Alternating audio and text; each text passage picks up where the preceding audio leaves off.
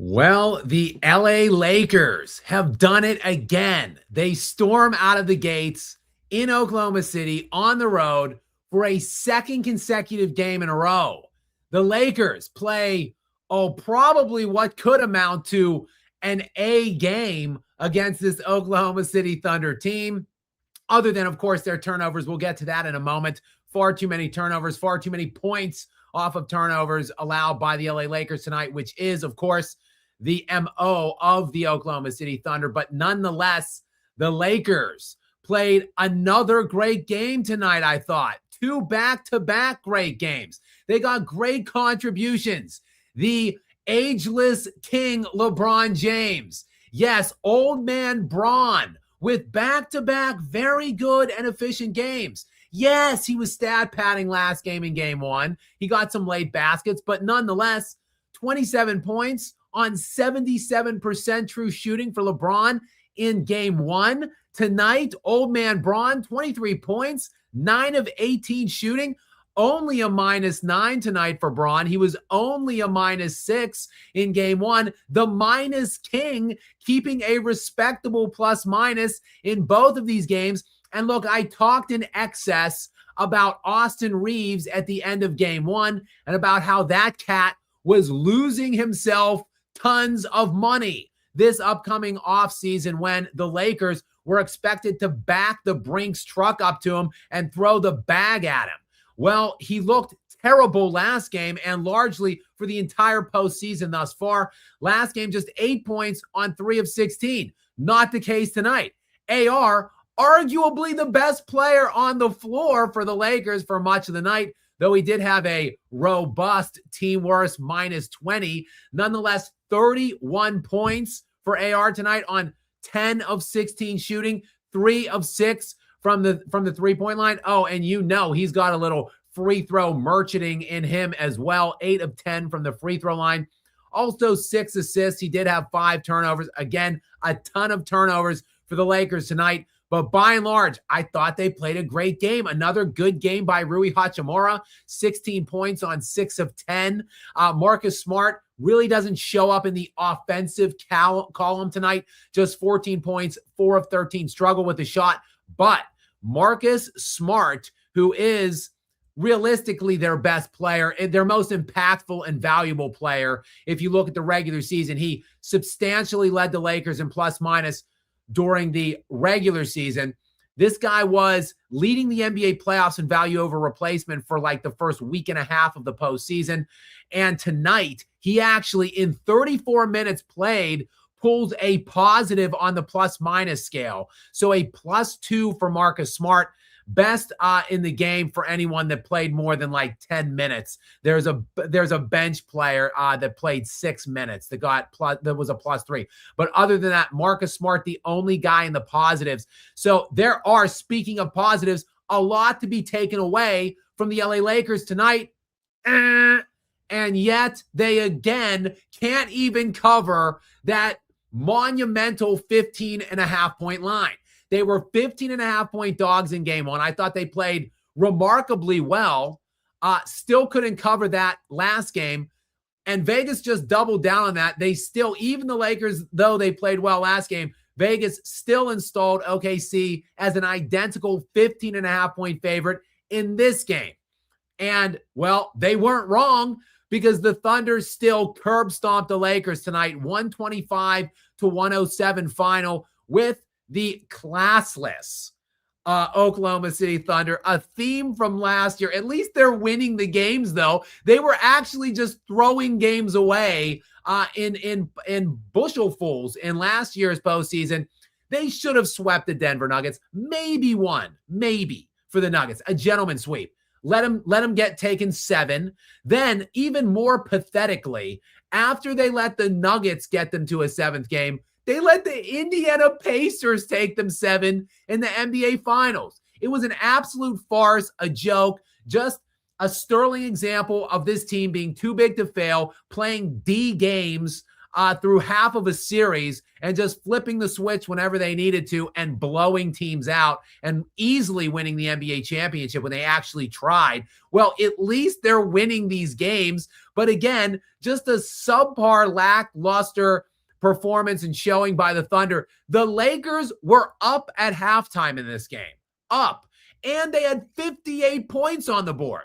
Point in fact, the Lakers still shot 50% from the field in this game.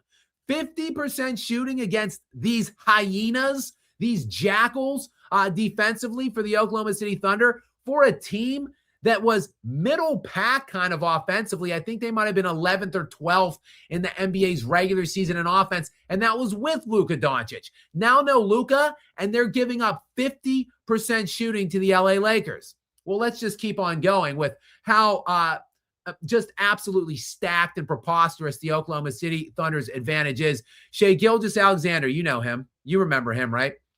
League MVP last year. Going to be the league MVP this year. Yeah, he had 18 points last game. He has 22 tonight.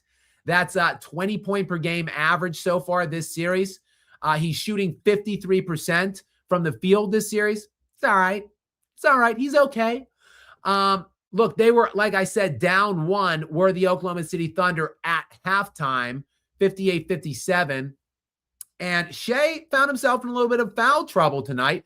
He picked up his fourth foul very quickly into the third quarter. The Lakers were actually up when he picked up his fourth foul and went to the bench for the entire fourth quarter in a game where, remember, Jalen Williams, their second, arguably third best player on the team, who was All-NBA last year and All-NBA defense and an All-Star. Yeah, he was on the bench in street clothes this year. So obviously he was out that whole quarter. No Shai Gilgeous-Alexander, and yet no problem for the Oklahoma City Thunder. Missing their arguably two best players for an entire quarter where they were down one at halftime. And I believe they were down three, or they were down three when Shai went to the bench early with that fourth foul. Yeah, the Thunder were up 13 at the end of that third quarter. Just blew it wide open. No Shai, no problem. And no shade on Shai. I say it all the time. No disrespect. The guy is a fantastic player, and results do ultimately matter. I say this all the time in sports, both good and bad. Results matter, even if there are reasons or context around why you are succeeding or failing. And again, I say it all the time. The two most valuable elements of this team are their defense, the team defense, and the team depth.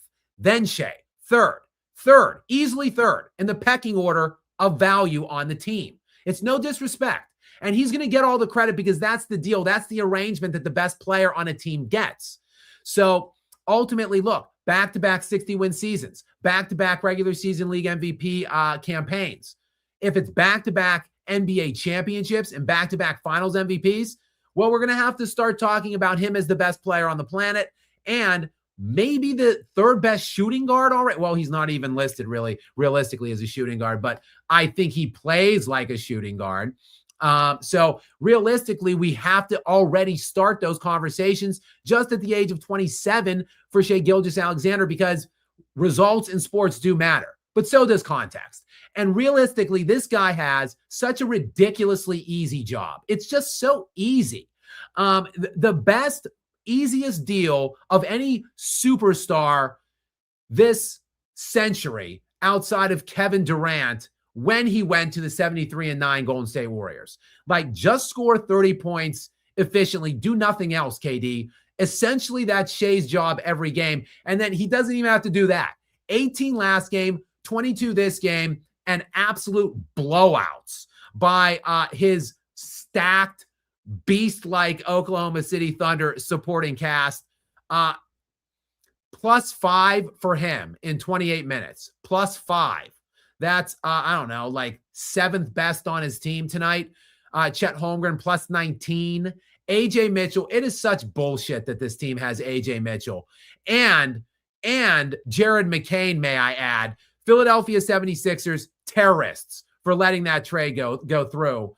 Jared McCain, 18 points for 7 of 11 tonight. AJ Mitchell, 20 on 7 of 12. And again, Shai was all right. Look, the bench plus Jalen Williams plus 12, Alex Caruso plus 17, Casey Wallace plus 17. Like, it's just crazy. It's just crazy how many cogs in the machine this team has and how unbeatable they are. You have to play a perfect game for 48 minutes and hope the Thunder show up with their C game like 4 times out of 7. It's almost an impossible ask. So look, no shade on the Lakers. No one wants to make fun of the Lakers and bash them more than I do. But this team, the Thunder, it's just an unfair. Even if they had Luka, this was going to be a very speedy little series, probably 4-1. Now with no Luka, word is likely that he will not be able to return. He still hasn't been cleared for contact yet. So he's not even, that I know of, ramping up for activity. So he's certainly not just going to activate in a day. And then if the Lakers go down 3-0, well, the writing is on the wall. They might as well just send Luka back to Spain for treatment, because that's where he went the first, when he initially injured that hamstring, he went to Spain for quote unquote treatment. Yeah, sure. I don't really hear of people going to Spain to get TRT or whatever, the platelet-rich transfusion things. And he lives in Spain in the offseason. So I feel like they might as well just send him home or to whatever beach he wants to go to for the summer, because it's going to be 1, 2, 3 Cancun, it looks like, for the Lakers pretty rapidly, because they just could not play better tonight other than the turnovers. Got to clean those up. But that is just what happens when you play the Oklahoma City Thunder. They had 20 turnovers tonight, did the LA Lakers. And look, the Thunder haven't been necessarily all that cautious with the ball. I think they had 15 turnovers last game, 12 tonight, but 20 for the Lakers. The big deal is a lot of these turnovers with the Thunder are live ball turnovers, segueing into transition opportunity turnovers. 27 points on 20 Laker turnovers tonight for the Oklahoma City Thunder. So look, that's what they do with this defense. They turn you over, they run you out, and then within the span of like 5 minutes, the game's over. And that's, look, the Lakers, this game was competitive like all game. Well, the Thunder kind of ended it in the third. I guess it was 13 at the end of the third, like I said, despite the fact it was a 1-point game at half for the Lakers and no Shai for basically the entire third. But, you know, it was still, the lead was still kind of vacillating back and forth around 11, 12 points. I think it got around 9 actually early in the fourth. But then again, the Thunder just hit you with like this 3 to 4 minute spurt, and it is lights out. That is a wrap. So that is a wrap probably for the Lakers. Quicker, sooner than later. The Thunder take a 2-0 series lead. I think I saw on Amazon as I was shutting the game off that the Thunder have never in their franchise's history lost a series that they went up 2-0 in. And I throw this stat around quite a bit. All time in NBA history across all series, all 4 rounds of the different series, a home team that is up 1-0 that wins game 2 goes on to win 95% of the time, because that team is the better team generally from the regular season. That's why they're at home in games 1 and 2. Then for them to go up by 2 games and win both of the first games, that means that they are the better team. So it's very difficult then for a team that is better to lose 4 out of 5 times in a playoff series. And that's what the Lakers would have to do now, win 4 of the next 5 games. That is not just an improbability. It is basically impossible. Even if Shai would sit out some games, I still think that the Thunder would win 2 of the next 5 games in this series. So the Lakers are basically smoked. We can start speculating again. Look, Austin Reeves, 31 points, 10 of 16, minus 20, not very good in the plus minus. LeBron, minus 9, 23 points, 9 of 18 for him. Again, a bunch, 20 turnovers. We can start speculating maybe where the Lakers can go from here or where they will go. LeBron James, obviously, I don't think it's going to come to an end for him like this. Those conversations might be a little premature. We can hold those till maybe game 4 or 5 when the series is ultimately over, if you want. I think he plays on next year. I honestly think that mid-season, I thought there was a roughly 0.1% chance LeBron will be back in a Laker jersey next season. I think that has gone all the way up to 50-50 now at this point, because I don't think he wants to move the family. But more to the point, they looked really good in March. They've been fairly competitive, even though they've got waxed by like 18 points in back-to-back games now. They've still looked fairly good, actually, believe it or not, in this series. So I feel like they might be having some of that fool's gold, the mirage of Luka Doncic. Like, if we had Luka, then this might actually have been a split. I don't think that is the case, but that is just something I'm sure that the Lakers, their fan base, and of course, the King will be telling himself and all of his fans, I'm sure, if and when they lose this series. But yes, the Oklahoma City Thunder play with their food yet again. An uninspired, lackluster C- performance yet again. Doesn't matter because too big to fail. They go up and snag this one by 18, cover that 15.5-point line. 2-0. Now Oklahoma City shifting back to LA. I want to say that is just the next day. So they will have one day off tomorrow for the travel, and then it's the following day will be game 3 in Oklahoma City. In other news, though, tonight, guys, there was another game, closer game than the Lakers and Thunder ultimately. And the big news coming out, at least for me, coming out of the Cleveland Cavaliers and Detroit Pistons, where the Pistons again proved to have very limited offensive range around Cade Cunningham, but it doesn't matter because we have a sighting, if you will. Little Game James Harden, playoff choke artist, has doo-doo butter streaming down his leg yet again in high leverage playoff moments. You hate to see it.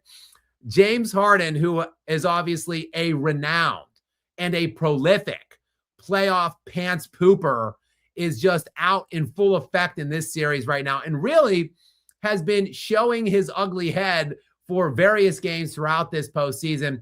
It has been well publicized, his turnovers. Another game where yet again, another time in his postseason career, he has more turnovers than field goals made. So, and if you narrow that down, or if you include into it games where he has as many field goals as turnovers, as well as more turnovers than field goals, it's roughly a quarter of his entire playoff career. And tonight he was at it again in I don't want to call it a must-win game. I still think the Cavs can get in this series when it's just back to Cleveland. However, I do not think they can win it anymore. I thought the Cavs would win this series at the beginning because I thought they would split games 1 or 2. Again, do I have to repeat the stat? 95% win probability all time throughout all series when a home team is up 1-0 and takes game 2. So, yeah, that changes my thought. I think that I was wrong on this series and the Pistons will win it. I still think they are far too limited offensively, though, to get out of the East around Cade Cunningham. I guess it will not show up in round 2. We'll see if one of probably the Knicks will fare better in the Eastern Conference Finals. I still think, though, the Cavs will put up a fight in this series, but they needed to get tonight.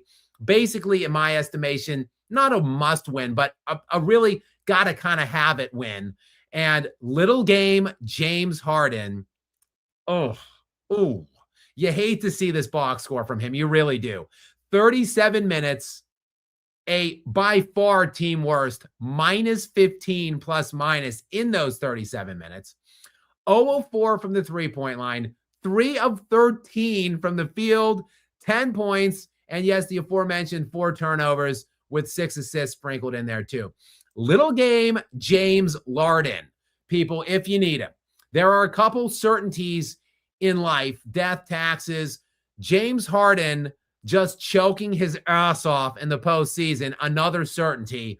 Another year ticks by, it looks like, with no NBA championship for Little Game James.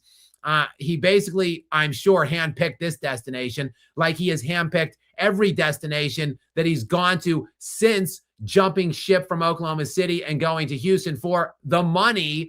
He then backstabs all of his GMs and teammates on his way out. underachieves his contract in playoff time, underperforms that contract in playoff time, chokes, gags, then basically demands a trade before he's even honored the length of that massive contract, handpicks the exact team he wants to go to, goes there, and then repeats process. It is the James Harden system. Remember when Harden famously said when he was traded to Los Angeles in his introductory presser that he's a system.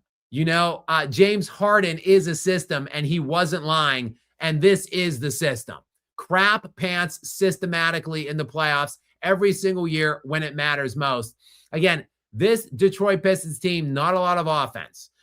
James Harden probably needed to be better than 10 points on 3 of 13 in this game tonight. Donovan Mitchell, well, he did all he could do. 31 points, 11 of 24 shooting.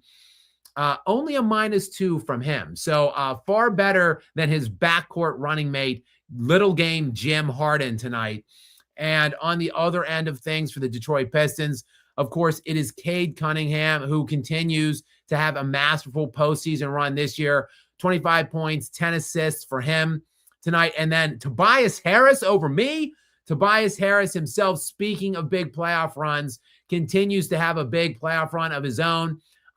He's basically proven to be like the most consistent. I keep saying they don't have enough offense around Cade Cunningham. Tobias Harris is basically proving to be the most consistent offensive weapon or reliable offensive threat around Cade Cunningham for this entire postseason now. 21 points for him tonight on 9 of 16 shooting from the field. All of the Detroit Pistons in pluses on the plus-minus scale, led, of course, by Cade Cunningham with that plus 13. They shoot 49% from the field tonight, 50% from the three-point line. So a 107-97 win for them. And so a 10-point win in the low 100s in a game where they shoot 50% from the three-point line, and the Cleveland Cavaliers shoot 22% from the three-point line. So you really can just boil it all down to that. And really, that and James Harden, the minuscule, pathetic playings of Little Game James Harden. Again, playoff pants pooper is back and in full effect. And I said I hate to see it, but who am I kidding? You guys know I love to see it. I love to see James Harden barfing all over himself in playoff time because, again, this guy has such minuscule character. When the going gets tough, Little Game James puts on the fat suit or drops into his local buffet and eats himself out of town while stabbing his general managers and teammates in the back on his way out. Of course, I love to see this guy fail pathetically every single year in and year again in the postseason. And he just continues to not let me down and disappoint. Who knows? I don't know what kind of strip clubs they have in Detroit, but maybe Jimmy can go soak his sorrows in a strip club tonight before he catches the team plane back to Cleveland. And, because that's the other thing that he does is allegedly he dropped $1 million in a strip club one time. So an elite all-time strip club performer, he just really can't duplicate that success on the hardwood in April or May. Thanks for nothing, Little Game James, if you're the Cleveland Cavaliers. I would love to see, I think they have him on the books for, I want to say 2 more years after this. And he is, of course, I don't know, I think 37 years old now, in his age 37 season right now. Let's get a look at these books real quick, shall we? They have a $39 million part. They're partially guaranteed for that. So they've obviously split that salary with the Clippers this year. And then he has a player option for next year to the tune of $42 million. So who knows what he's going to do with that? Hell, he might think he's underpaid. James might be looking at his regular season performance this season, thinking he might want maybe not more per year money, but maybe more guaranteed money moving forward. And obviously, he's deserved it, of course, in these playoff performances thus far this season. a tale as old as time. Guys, welcome in. Many thanks for being here. We are, I don't know, about to tick over to roughly the 25-minute mark here in the Skap Live After Dark live stream. A running tradition now, it seems like. Last year, we did it, Gary and myself, moderator Gary, who is, of course, here as always. We did it, I don't know, like a month straight, essentially, last year. Got up to a slow start this year. My schedule is weird. I've not been sleeping much. I am absolutely exhausted, just going on sheer adrenaline right now of talking about these games with you guys. And looking at James Harden's box score always does energize me. Looking at James Harden's playoff box scores. But anyway, welcome into you guys. 500 people here right now as we near the 1 a.m. hour on the East Coast in the good old US of A, which is where Gary and I are coming from. Guys, the waters, as always, are warm here in the Skap Live After Dark live stream. We're talking NBA hoops.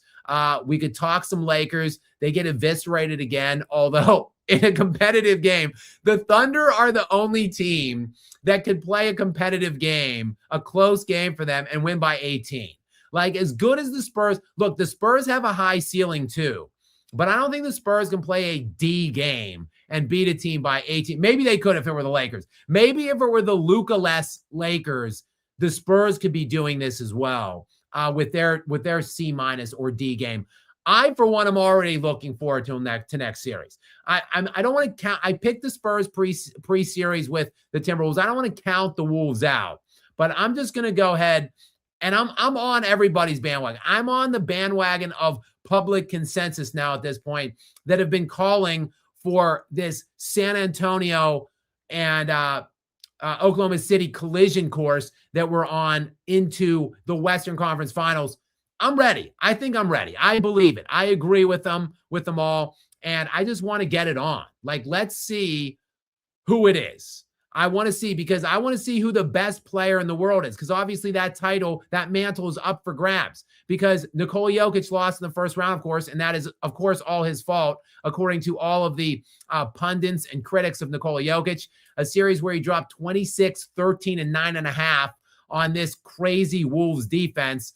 And now I get to sit here in this second round series and see people slurp and drool all over Victor Wembanyama and Shai Gilgeous-Alexander in series where, through 2 games for each of them, Victor Wembanyama is averaging 15 points per game on 37% shooting, and SGA is averaging 20 points per game on 53% shooting. Like, those are the monster performances these guys are putting forward. And obviously showing up Jokic's 26, 13, and 9.5 with literal drugs around him. Like, the supporting cast of Nikola Jokic just gets worse and worse with every passing day. I talked about it in a video today about how putrid and reprehensible that Christian Brown contract really is. That guy is making $25 million next year and every year after for 5 years. You've got, well, an average of 25. He's only really making like $22 million next year. You also still have Zeke Nnaji on the books for the next 2 years at $7.5 million per for the next 2 years. To put those two contracts in some kind of context, like, we're talking Jaden McDaniels, Dyson Daniels, Naz Reid type money for Christian Brown, while for the LA Lakers this year and next, Marcus Smart is on the books for $5 million per. Think that over. Marcus Smart, averaging 14 points per game in the playoffs, playing league best defense. Do you all see what he's doing to Shai Gilgeous-Alexander? Now, I know it's a team philosophy and they're throwing other help defenders and stuff and pinching doubles, but Marcus Smart is drawing the primary share of that coverage when he's on the floor and Shai's on the floor. And Smart's doing that kind of D while getting you 14. He's making $5 million a year this year and next. Zeke Nnaji, $7 million this year, next, the year after, to generate 3 points per game in the regular season and 4 DNPs in this 6-game playoff series in the first round. These are the contracts that this man, Nikola Jokic, has to deal with. And the one viably good player he had Well, he has multiple, but they weren't playing. Peyton Watson out, Aaron Gordon out. The one guy he had left, Jamal Murray, again, another pathetic disappearing act by him in the series. So anyway, I've been saying the title for best player is up for grabs because Jokic went out in the first round and he didn't look particularly good doing it. And now Wemby or probably SGA, one of the two, will win the NBA championship. So I've been saying that title's up for grabs. But the more I see how loaded these teams are and how little these guys actually realistically have to do from game to game. Now, that's why I'm excited to see them play each other. I want to see Shai versus Wemby with these two stacked rosters around them and see which one gets the better of the other next round. So like I said, we will wait. We will see. That is the series everybody's been waiting for like half of a year now, half of the season. And we don't have much longer to wait, guys, about a week or so, because I think the Thunder series should be over shortly. Maybe this Timberwolves series still, though, is going to be lengthy. I think it might be. That game 3 there is on tomorrow night. And again, the Timberwolves did not look good, so they have a day to regroup on their travel home and try to find some answer. But that game is on tomorrow night, as is the Knicks and the 76ers. We can talk about either of those games if you guys want. Joel Embiid did not play, obviously, in Game 2. He is questionable, I hear, moving forward into Game 3, as is OG Anunoby. We were talking about that last night. OG left with an apparent leg injury. Now, guys, the team is saying it is not serious. So I just want to preface what the diagnosis is with the fact that they claim it is not serious, and he is day to day, not week to week. However, 2 dreaded words in sports, especially the NBA right now. 2 of the worst words that nobody wants to hear when it's pertaining to an important player on their team: hamstring and strain. That's right. OG Anunoby officially diagnosed with a hamstring strain. No word on his availability yet in Game 3. He is questionable, and it is allegedly day to day, though, which is good. That's a good sign, because typically, like, they're week to week. Like Jalen Williams, week to week.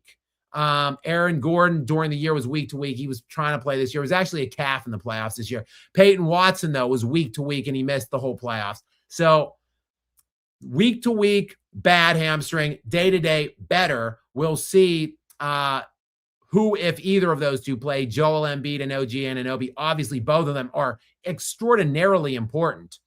OG Anunoby, we went over what he was doing in the playoffs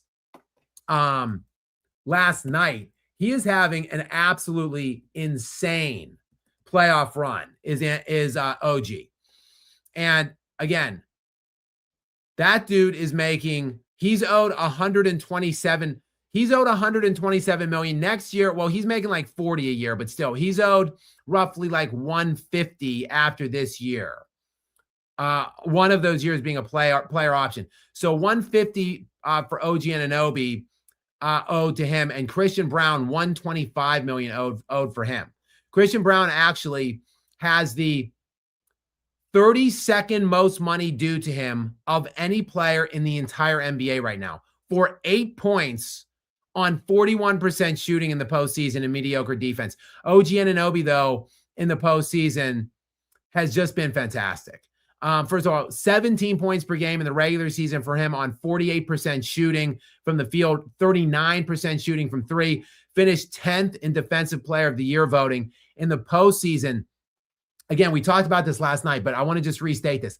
How does this line grab you in the playoffs? In 8 games from Anunoby, 21 points per game, 62% field goals, 54% from the 3-point line in the playoffs through 8 games and 21 points and elite defense. Man. And the Nuggets have Christian Brown. Anyway, I want to see his... I want to see, I'm looking for the advanced. I want to see the true shooting this year in the playoffs. How this dude is shooting 76% true shooting percentage in the postseason. That number is leading the NBA playoffs right now. So to say that look, Joel Embiid is a big loss for the 76ers, no doubt. But OG Anunoby is pivotal to them. So we're going to have to wait and see. I wouldn't rush him back with that hamstring injury if it were me, if it were the Knicks, with a two game lead and gimpy and iffy Joel Embiid. I would just ride OG out basically the rest of the way, because you're going to need him in the next round and beyond if you want to viably try to end this 55-ish year drought where the Knicks haven't won anything. I mean, they've been to the NBA Finals once since 99. They went in 99. They haven't been there once this century. So you're going to need OG Anunoby to be a major factor down the stretch if you're going to, put those streaks to an end. So I would, if it were me, sit him out. Guys, again, we are coming to you live, of course. I'm sure that much is obvious. We are now 35 minutes in. I do want to just pause, take a little sip of water. If you guys weren't with us last night, we got about 500 people in here. I was playing injured last night. I don't want to get into it too far into the weeds on it tonight, because I talked about it in excess last night. There was a tongue injury. I had a very brutal tongue laceration injury last night that I was playing hurt with. But again, I walk the walk, guys. I talk about like older eras of players, guys that played through injuries. I like that tough mindset, that Mamba mentality. So even staring down a brutal tongue laceration injury last night, I was here for 2.5 hours with you guys last night. It's feeling a little bit better right now, but I'm going to just take a quick pause, take a sip, wet my whistle here. Welcome in moderator Gary. What's up, Gary? Let me just take a pause here as we near 40 minutes. What say you? Any takeaways from tonight's games? Yeah, I watched I watched the last quarter of that Cavs-Pistons game, and when James Harden got stripped and turned the ball over at the end, that's exactly why I didn't trust the Cavs to win this series. Cavs are undefeated at home this playoff stretch so far, but they have not won a single road game so far. So this next home stint will tell a lot. No, Gary, you know the old saying, don't you? The old adage in the NBA. Well, the series doesn't start till one of the home teams loses or the road teams wins. So we'll see. Ultimately, though, what you said is nice for Cleveland, but they don't have home court in this series. So they will ultimately have to win one of these games on the road if they're going to want to win this series. But that's a fair point. I like the Cavs because I just don't. The Pistons are young, inexperienced, and very offensively limited. I thought all those things considered, I like the Cavs to maybe win this series. I picked them pre-series. You didn't because you didn't trust in Harden. Obviously, you were right. I was wrong. That's an idiot pick by me because James Harden is a scrub when it really matters in the postseason.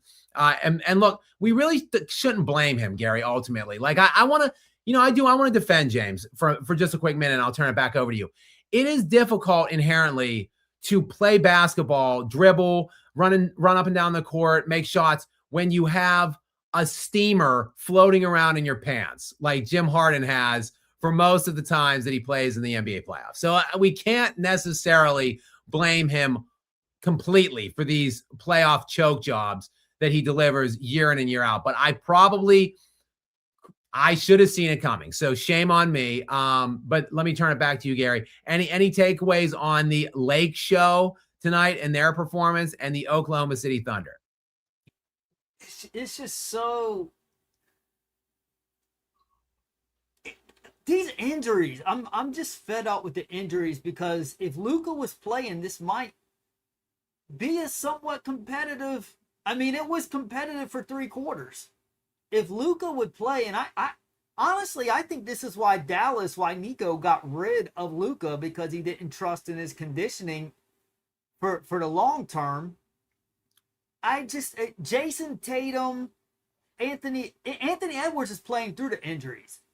Now OG's got this hamstring strain. Hopefully he'll be back for the next series. I would advise to sit him out for this series, unless Embiid comes back and gets hot.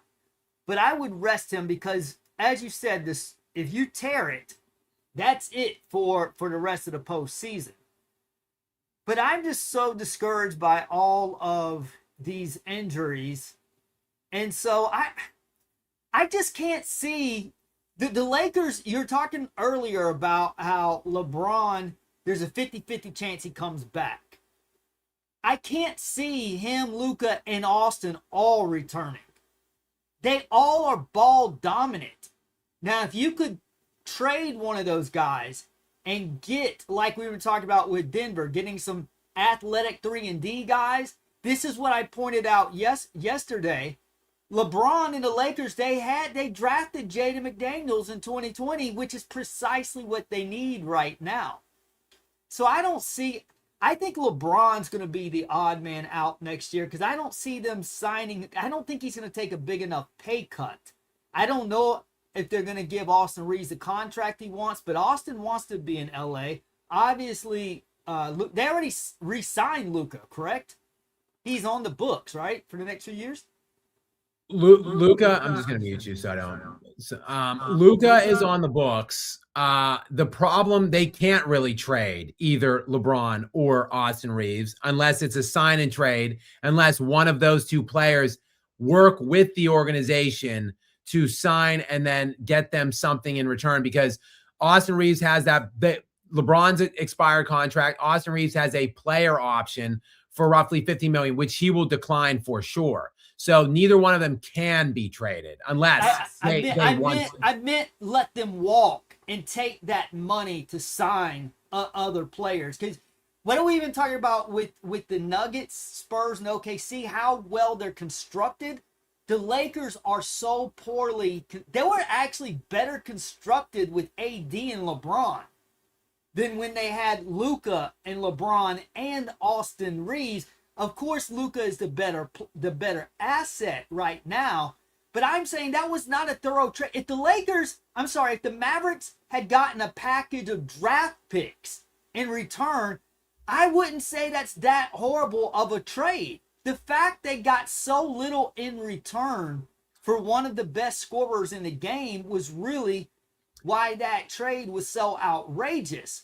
But this is what I'm thinking. Honestly, watching the back-to-back games tonight with the Cavs and the Lakers, I would actually be interested to see what LeBron could do in Cleveland. I say get rid of Harden, put LeBron up with Donovan, just let them be in the East and be like a 3, 4, 5 seed next year, and unleash LeBron for the postseason. Play him moderately, lightly throughout the regular season, not to put more wear and tear on those tires, and let LeBron cut loose in the postseason with this Cavaliers team next year. And I respect LeBron more tonight and this series for winning that crap championships with Miami. I don't respect those championships at all. The way he's playing tonight, Bron, that is the way you earn respect. Yeah, a couple things here, Gary. Again, just to clear it up. Like, you may want them to trade James Harden, but like probably not tradable. He's got a player option for $43 million, likely to activate it. I don't know who's going to take that contract without Harden's approval and building like an extension on it. I think, and they didn't look, they ultimately, you may want to see that, but they did not make a trade for him at the deadline to lease him for like 3 months. Like Harden is in their plans. So if LeBron, there's a lot of speculation that LeBron, if he leaves, will go to Cleveland. I thought mid-season-ish that was a lock, that he was leaving LA and he was going to go to Cleveland, and it would go terribly because I don't think he does fit well with Harden and Mitchell. But that Harden and Mitchell are in the plans, the future plans for the next like 2-3 years probably. So if it's going to be LeBron James in the mix in Cleveland, it's going to be in the mix with those two guys, almost certainly. You got to find a way to get rid of Harden one way or another. That was a mistake. That was a step backwards for Cleveland, who had a pretty well-balanced roster. I'm sorry, I just don't trust James Harden in the postseason. Sure, he can have games in a regular season where he puts up 40. Who cares? You've got Donovan Mitchell hasn't won squat, but he hasn't really choked either. I trust Donovan Mitchell a lot more than James Harden. Yeah, and then just to clean some stuff up with the Lakers, it's always a running theory, or I should just say speculation, or just outright belief that LeBron is the GM and that he's running all of the shots, calling all of the shots in Los Angeles. While he likely was at some point throughout his tenure, it almost certainly wasn't the case once, the Luka Doncic era began. I don't think that trade was run by LeBron at all. I don't think it had his sign off at all. I don't think he wanted Luka at all. And it's for some of the reasons that you said, as well as more reasons. It's because Luka is, for the first time, the level at which Luka is at compared to the level at which LeBron is at, like for the first time ever, even though he's 41 years old, like even before Luka got there, when he was 39, 40, LeBron was still seen as the best player and the de facto leader of the team, the most important player of the team. When Luka Doncic went there, that all changed. Like Luka undeniably became the most valuable player and the best player on the team. And I don't think LeBron wanted that. Furthermore, yes, their games do not mesh very well together. They are both very ball dominant. They're high all-time usage rate players. They don't necessarily operate that well without the ball. Luka certainly does better than LeBron, but Luka's not going to stand and post up in the corner and wait for shots. That's going to be LeBron if one of the two are going to do it. And LeBron is markedly worse than Luka at that.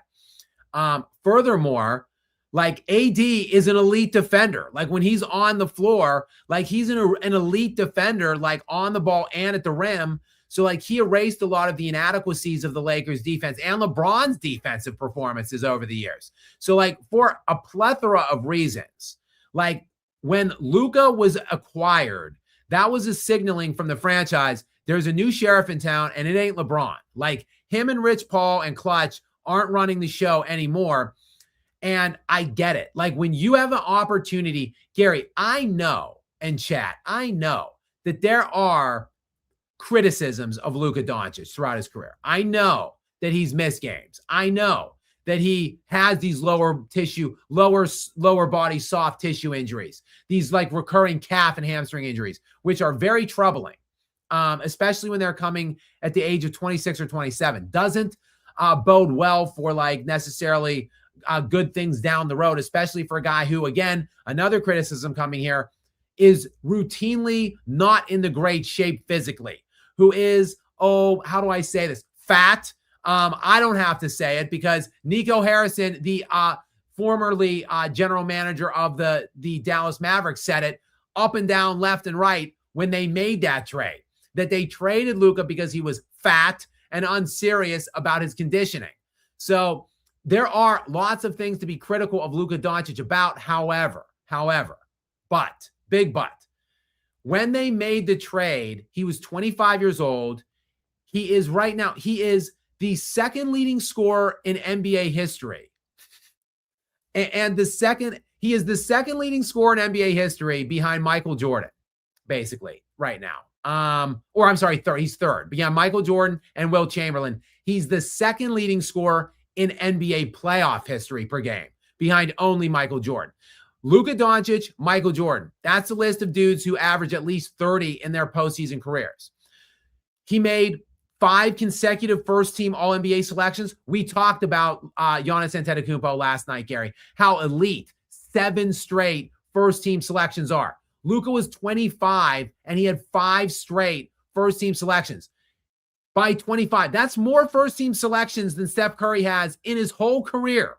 37-year-old Steph Curry has 4. 25-year-old Luka Doncic had 5. Because he won his appeal with the league offices with that 65-game minimum requirement, he will be first-team All-NBA this year. So 6 All-NBA first teams. The second leading scorer in NBA history. The third leading scorer, the second leading in playoff. The third leading in NBA history per game. And by the way, he averages like 8 rebounds and 8 assists a game too. So while I understand all the criticisms and all of the red flags, when you have an opportunity to acquire that guy, it doesn't matter what else. Like, it doesn't matter the red flags. It doesn't matter, oh, well, we have LeBron James in win now mode, and this doesn't really fit necessarily with the roster we have built around him. And right now, no, it doesn't matter. You just try to make your way through the year or two or whatever, and then blow everybody up around him and start building pieces around Luka. That is what you do with a guy like Luka Doncic, because it just is. Like, you take a run at that guy if you can get him, and it doesn't matter what the cost or the ask is ultimately. And in this case, in this instance, the ask was not very high. Like, it was Anthony Davis, who has barely played since they traded him. So he has his own availability issues. Like, he's played like 40 games total, Anthony Davis, since that trade. And what, a first round and Max Christie? Like, that's it for Luka Doncic? One first round, Christie and Anthony Davis? That's a joke. Like, that is collusionary stuff, if you ask me. But anyway, I digress. That is all really where we've gotten to and why we're where we're at with the LA Lakers and the state of them. And that's why, to me, it doesn't really make sense, no matter how good it looked like in March and how competitive they might seem to be right now. That's fool's gold, Gary. Like, the Nuggets weren't actually close to beating the Thunder last year. The Nuggets weren't actually in a seventh game with the Thunder last year. That's what everybody said, like, in the offseason. Oh, well, the Nuggets are so close. Like, they were in a game 7. Like, look at all these moves they're making in the summer. Like, they're much better now, and they were in game 7 last year with the Thunder. So, by extension, let me, daisy chain that together. Oh, the Nuggets should probably be able to beat the Thunder. Because, well, first of all their players got hurt. And secondarily, the Thunder were possuming. They were just playing low caliber, classless basketball against the Nuggets last year. It doesn't matter, Gary, who's on the other side. Like, even if Luka was in this series, it would still be the same as what we're seeing now. Like, it would still be 15 to 20 point wins and a 2-0 lead. So, like, this is fool's gold. It's a mirage. If the Lakers look at it and say, I don't disagree. I'm just saying I can't stand when players are just sitting out. I don't know. I guess I'm soured on the whole Jason Tatum thing. I really think he should have played game 7. We watched Embiid, what he did through that second half to get them through that series. We know he's not doing well now. He may not even play anymore in this series. Who knows? But I'm just saying, for me, in my gut, I just don't trust Luka. I just don't. Just the same way I don't trust James Harden. And we haven't seen a large enough sample size from Luka like we have from Harden. But I think by the time that Luka's played another 7-8 years, I think he's going to be clowned on like Harden is now. Those two things are very different at this point. Like I said, Luka Doncic is a playoff riser in my estimation. He's been to 2 conference finals already. He's been to an NBA finals already. He is the second leading scorer in NBA playoff history. I don't see him and James Harden as the same. I think he played a bad series against Boston in the finals, and I think he's had a bad team around him 2 years in a row. And yes, he does have some history of lower body injuries. And maybe that's why he's sitting out now. I do hate seeing guys sit out, Gary, just like you. I do. I mean, because look how tough I am. I played with my tongue laceration last night. But it's hard to assume what someone else's injury is or their pain tolerance is, or et cetera, et cetera. And then as we see like guys like Halliburton try to play and blow his Achilles, and Tatum last year play and blow his Achilles, and it's Aaron Gordon last year play on a grade 2 hamstring strain. He popped that hamstring in game 6 with 1 day off before game 7. And that is a multi-week, typically a 4 to 6 week injury. I think he himself missed 7 weeks this year with that same injury diagnosis. He came back in 1 day to play on it in that game 7. And he hasn't been right since. Like, I talk a lot about the inavailability of the Nuggets. It typically wasn't him. until now, because he came back and played on that hamstring last year and it's never healed. It's just never been right.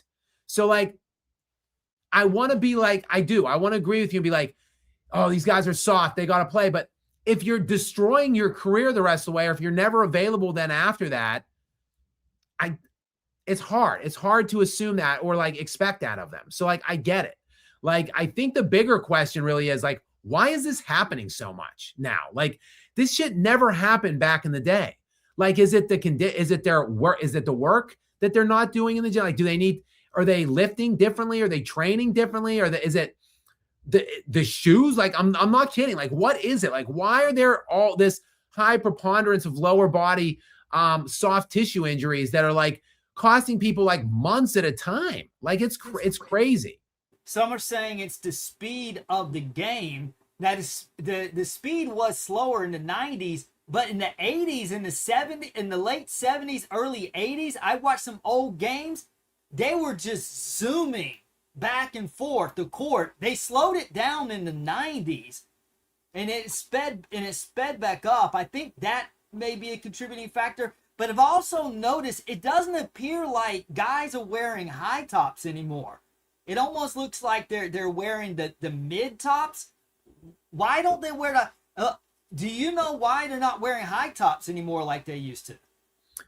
No, but that's a trend. Actually, Kobe had some low tops like long ago, like back in the day. He played with some lows on. But Jerry, just real quick to your point, the pace in the 60s was astronomical. Like, think about the fact that like the scoring per game in the 60s was like 115, 116, 118 in different years. It's like 116 this year in the regular season. But keep in mind, there was no 3-point line in the 60s. So like, there was one year where scoring was 118 in the 60s and it was 116 this year. But teams on average are shooting like 38 3-pointers a game. Like, there are some teams that average in the 40s for 3-pointers per game this year. Like, they still were scoring that amount in the 60s because the pace was out of this planet. And during the middle of it, in the midst of it all, was a freak alien that was like 7'2", 260 pounds, Will Chamberlain played like 46 minutes a game for like a 7-year span and missed like 20 games total in 7 years. So he basically played literally like every minute of every game and in every game for 7 years. And this dude wasn't popping hamstrings and calf strains and shit back then. Like, something, I'm talking obviously about Will Chamberlain, but something is just weird and not right in today's. I don't think it's the speed and the pace or whatever. Like, I don't know what it is, but there's something not right going on today. And it's disconcerting. It stinks that, like, I feel like I'm watching football, because every year in the NFL, no matter how good a team is playing in like September, October, you realize like, well, you got to stay clean or relatively clean. Like, let's see, because injuries are assumed in football. But like, so you just know, like, and it really, the NFL season has been significantly impacted by injuries the last couple years. Like, to me, the Detroit Pistons the Detroit Lions might have won a Super Bowl 2 years ago if they were the best team in the NFL to me. But they played at one point, they were playing they were playing Washington in the first, I think it was the first round of the playoffs. The Pistons I keep saying the Pistons, the Lions' first game, they were off bye. So they came off their bye and lost in the first game to Washington. And at one point in the second half of that game, in a playoff game, 3 of their 4 guys that were in the defensive secondary, so 1 corner and 2 safeties, had never played a snap that season. So like, just the injuries that they had, the unbelievable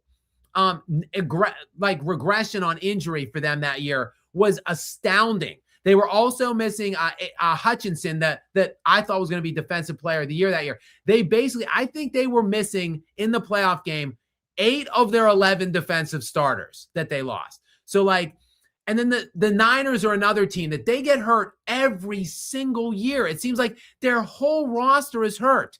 This year, Purdy missed like 70% of the year. They lost all their wide receivers. Like, crazy enough, Christian McCaffrey, who's typically hot and cold with injuries, was the only guy that stayed remotely healthy this year.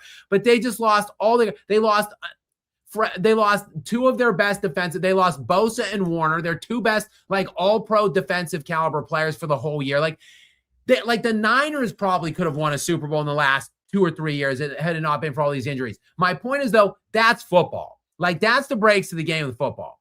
But you don't typically watch the NBA playoffs with a clenched butthole thinking like, oh boy, can my team get away without losing like 2 or 3 of their best players in this first round series? Like, but that's where we're at right now. Like, it's not, I say it as the Nuggets. Like, I hold my breath every time Aaron Gordon leaves the floor, basically. But it's not just with the Nuggets. Like, look at all these injuries the last couple years. Like, it's just odd, Gary. It really is.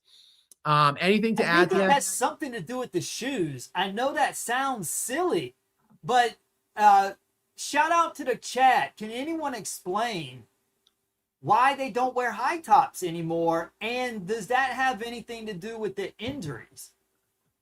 Very, very odd, peculiar circumstance here. But Gary, we've hit the hour mark now on Skap Live After Dark. We still have about 500 people here. So many thanks to all of you guys. Shout out to you, the real MVPs, as KD would say about his mom. You, the real MVP, chat, and everyone that's here. And with that said, we've already got, it happens to me every year. Every single night I go into it saying like, I'm going to stay up on these super chats. I'm not going to get like 20 behind. But it pretty much happens every night. So now that we have ticked over the hour mark here, and it is 1:30 in the AM, let's get to some super chats. Let's see what direction you guys want to go in, talk some shit, answer some questions. And let's begin with the Praise the Dawn. What is up, Praise the Dawn? Welcome into you. Thanks for being here. Shout out for your support here of us, Gary. What is the first question or comment here in the super chat in the sponsor area by the Dawn? Who is more of a free throw merchant, 18 of 19 Harden or SGA? Yeah, that's like 2018-19 Harden. Yeah, there is a span of time like where Harden led the league in scoring 3 years in a row. Finished top 2, I think, in league MVP those 3 years. Won league MVP 1 year. Had a crazy year, like scoring. He averaged like 37 points per game, 8 assists and 6 rebounds or something 1 year. Just a crazy year. Like a year that statistically puts him up with like Kobe, Jordan, everybody but Wilt, basically. But he sure did he did that rip through BS move. He had that Euro step garbage thing too. I don't know. I mean, it honestly, it started with him. I think I would say he's worse than Shai, because Shai is just perfecting and carrying the torch that James Harden started it, I think, with this, where it was the goal became on several offensive possessions a night down the floor. Like, I'm not even really going to try to make a basketball move or score an actual point or score an actual basket. I'm just going to try to grift my way to 2 free throws. Like, that is basically, Shai does that like 40% of the game. And like, it started with Harden. So I'm going to say that Harden is worse than Shai because he started it. The Human Fund Costanza is in next. What's up, my friend? Shout out to you, big Seinfeld guy, obviously. What is the question or comment from the Human Fund tonight, Gary? Skap, do you feel stupider listening to LaFlop fans? 100%. I mean, it's just the mental gymnastics that go on. It truly is awe-inspiring. I'm sure now, look, he's averaging, he had another 23 points tonight on, I think, 50% shooting from the field, 9 of 18, I want to say.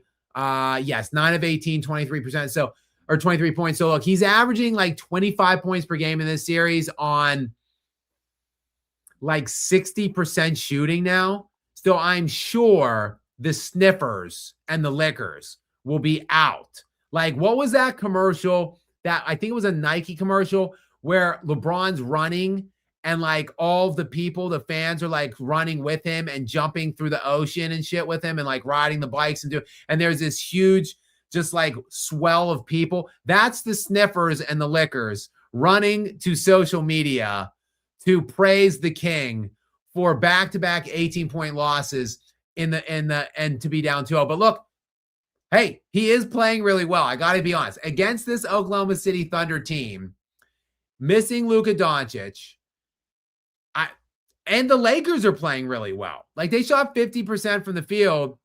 They did a lot of things right in these first 2 games, and they got crushed in both games. So it doesn't really bode well. But yes, human fun. I can feel my IQ discernibly slipping several points every time I see some kind of a tweet or something or post on social media from the Sniffers and the Lickers. Go ahead, Gary. I have a confession, man. I got to be honest. Because I got exposed by the chat earlier when I said that I have more respect for what LeBron's doing now than when he won a championship when he was on the Heat. And I didn't think anybody was going to know. I went behind your back and I didn't think anyone would know, but they totally caught me. They exposed me. Skap, I only said that because I'm the newest member of Clutch. They got to me. I got a fat paycheck. And that's why I just said I have more respect for LeBron now playing when he's outmatched than when he bullied people on an overloaded manufactured super team. So, yes, I guess that makes me a new honorary member of the Clutch payroll, according to the chat. Are you disappointed in me, Jay, or do you want me to talk to Rich and get you? Maybe you're on there because you're also not dumping on LeBron. I've seen some chats in here saying, wait, why isn't Skap dunking on LeBron more? Chat, maybe Skap and I are both a lot richer today than yesterday. I can confirm that I am not on the Clutch payroll, guys. I can confidently confirm that I am not cashing those Clutch checks. But maybe Gary just confessed. So Gary, moderator Gary is in now, riding high on those Clutch checks from the LeBron team. Not me. It's just, it's just hard to be critical of LeBron at this point in this series. It really is, because look, the numbers are the numbers, but his plus minuses aren't even that bad. Like, this guy is typically awful in plus minus. He was a net negative most of this year and last. Only -9 tonight and -6 last night. In 2 games, he lost by 18. They lost by 18. So there are definitely players playing worse than LeBron. I don't give him the age. I don't give him any praise or credit for the age thing, though. So I'm not doing that. But I mean, look, LeBron, I will say this too. He is a great front runner. So when it's too big to fail, he's great. And then when he has no expectations, he's great. So there's no expectations right now. Whenever it could go either way, whenever he actually has to, by his own merit, do something, he typically craps himself and plays tiny and chokes. So this is just in his wheelhouse, quite frankly. Go ahead, Gary. Okay, now that I'm an honorary member of Clutch, I'm going to have to set the record straight. I'm getting tired of your BS, and I'm going to prove you wrong right now. Michael Jordan, Kobe Bryant, LeBron James. Who has scored the most career points, Skap? Who? You tell us, Lamad. Obviously, we all know it's LeBron. Therefore, he is the GOAT. And I'm getting tired of your slander on my king. You will bow down, Mr. Skapanek. Lamad. That's Lamad, everybody. Lamoderator. LeGary. LeGary's what they nicknamed me. That's what you will call me from now on, LeGary. There you have it, everybody. You heard it here. Now let's hear from Jamos. What's up, brother? Welcome back in. He's back. Glad to have you. Glad to see it. Gary, what's the question or comment from him? I'm back. I was here for the other lives, but too busy, so I didn't send super. You know, J Moss, we really don't want to hear your excuses. You know, play through the pain. Have you ever heard of multitasking? You can do other things and send super chats and comments and questions. So, J Moss, you got a lot of making up to do. Do you hear me? Play through the pain. Skap Attack came in here last night playing through a tongue laceration. Did you see him making excuses? Huh? Just kidding, J Moss, before people start taking me serious. So his question is, OKC are legit leaving this series in cruise control. J Moss, thank you very much for being here. Super chat, not necessary. Comments in the live chat, not even necessary. You know, I just love you for being here and tuning in and listening to the whatever kind of shit I want to talk on here. And obviously, I do love your interactions on the live chat as well.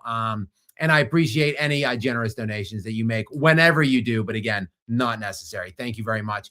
And yes, the OKC Thunder, absolute juggernauts. Nobody wants to hear me say it. I've been saying it for like 2 years now. I said that they were going to win the championship last year in like September.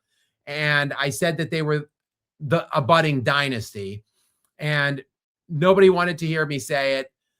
In the playoffs, they came in and said, "Oh, the Nuggets took them 7. Oh, they're not that good. Oh, the Pacers took them 7. They're not that good." But again, that's of their own doing. They could just sweep teams every single series if they actually wanted to, other than the Spurs, I think. But see now, and at least I respect they no-showed full games last year and just threw away like 6 or 7 games in the playoffs. Now they're only no-showing like 2 or 3 quarters, but still winning the game. So they still haven't lost a game yet. And I imagine they're likely to sweep through this series now at this point. So they'll be 8-0 in their first 2 series heading into that San Antonio series, which again, I just can't wait for. Though I will be holding my breath for Wemby to not get hurt, because he's one of those guys that I mentioned that I'm always concerned about every time he leaves the floor. So hopefully he can stay upright and he can deliver us the series that we've all been waiting for months. Six Wheel Cowboy, who is a big Thunder fan and a big SGA supporter, is here talking about SGA. Welcome in, Jason. Thank you very much for being here. Go ahead, Gary, with the question or comment about SGA. 22 on 7 of 13 and 7 of 9 free throws in 28 minutes. We won and covered. All true. All true. And look, what also might be true by the end of this playoff run, somewhere around mid-June, so like 1 month away, it might be true that Shai Gilgeous-Alexander is officially the owner of the title Best Player on Planet Earth. Because if he wins the NBA championship this season, I think he will have ripped that title, and deservingly so. But one thing that he is not is the MVP. He was not this year. He was not last year. And this is showing. These games routinely prove why that is. Like, congratulations for not failing and choking in the moment with it. But the deal couldn't be any easier and better for him. Look, other guys haven't proven they can do it, but I still think there are several guys that could, if asked to fulfill the arrangement that Shai Gilgeous-Alexander has been blessed with. But that's just the breaks of it. As they say, sometimes it's better to be lucky than good. Shai Gilgeous-Alexander is both. He's lucky and good. He's very good. He's great, actually. And he has gotten very, very lucky with the situation that he's in. Emmanuel. Okay. Emmanuel, I don't know that I'm going to, I might not try the remainder of that one, Gary. Maybe I'll leave that up to you, but I will say, Emmanuel, thank you very much for being here, a regular. I appreciate it. Go ahead, Gary, you could try to say this whole handle for me if you'd like, or you could just read the question or comment. Yeah. I'll just call him Emmanuel. Shai is getting GOAT condos for free. That's unfortunately the breaks of sports. Like that, unfortunately, people don't care about context, really. I say it all the time. It is unfair. It is why I try to, that's kind of what I built my channel on and my platform in general, because history doesn't understand context. It only results, just like sports. So, like LeBron James knew this and accepted this arrangement, this deal. He knew that he was amassing an all-time great legacy individually that wouldn't mean shit if he didn't win at least 3 or 4 rings. And he knew he wasn't winning 3 or 4 rings on his own if he stayed in Cleveland. So he bounced all over the NBA, stealing cheap super team rings. But he got them. And now history will not know otherwise. Just that LeBron James, who's the all-time leading scorer in NBA history, the 4 league MVPs, has 4 championships too, which to many in a blanketed resume looks like it's in GOAT conversations. Well, the same deal will apply to Shai Gilgeous-Alexander. Like, do the math here. He's 27 years old. If he goes to a second championship and wins it and has back-to-back league MVPs, back-to-back finals MVPs, 2 championships, 2 60-win years, 3 30-point per game average seasons at 27, I mean, he's on the trajectory of top 10, on the trajectory maybe even of top 5. Like, it depends what happens the rest of the way, of course. And the San Antonio Spurs and Victor Wembanyama are going to have something to say about that. But while I disagree with it, and I think easily Nikola Jokic is the best player of this era, easily, much better than Shai. But Shai has the team around him Jokic never has.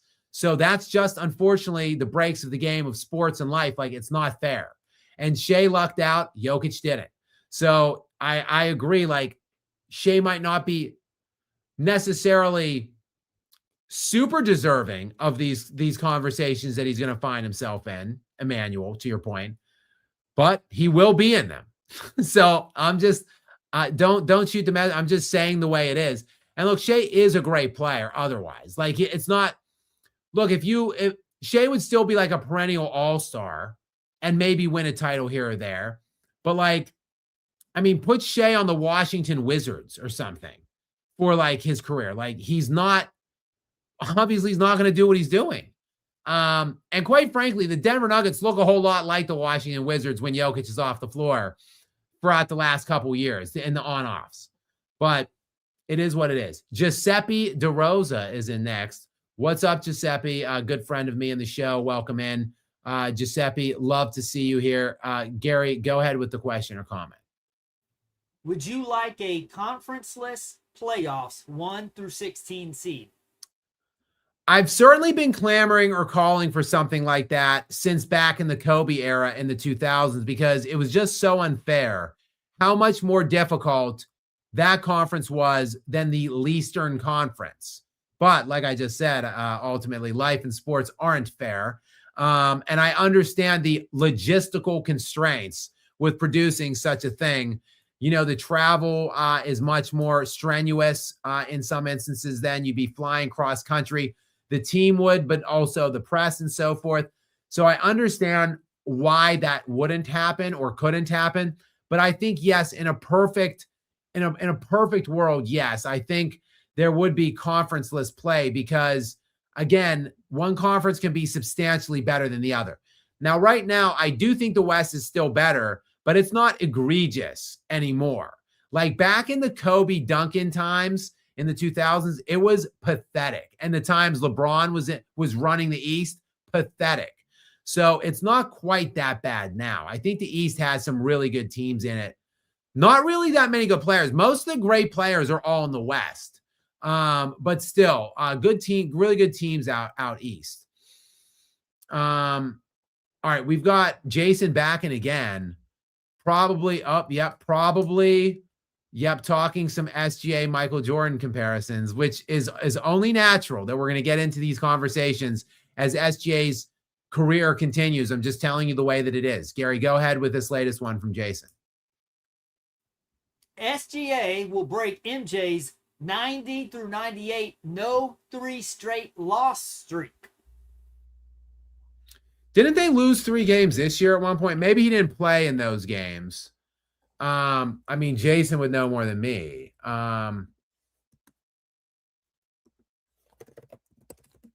I'm guessing no, if he's making this comment.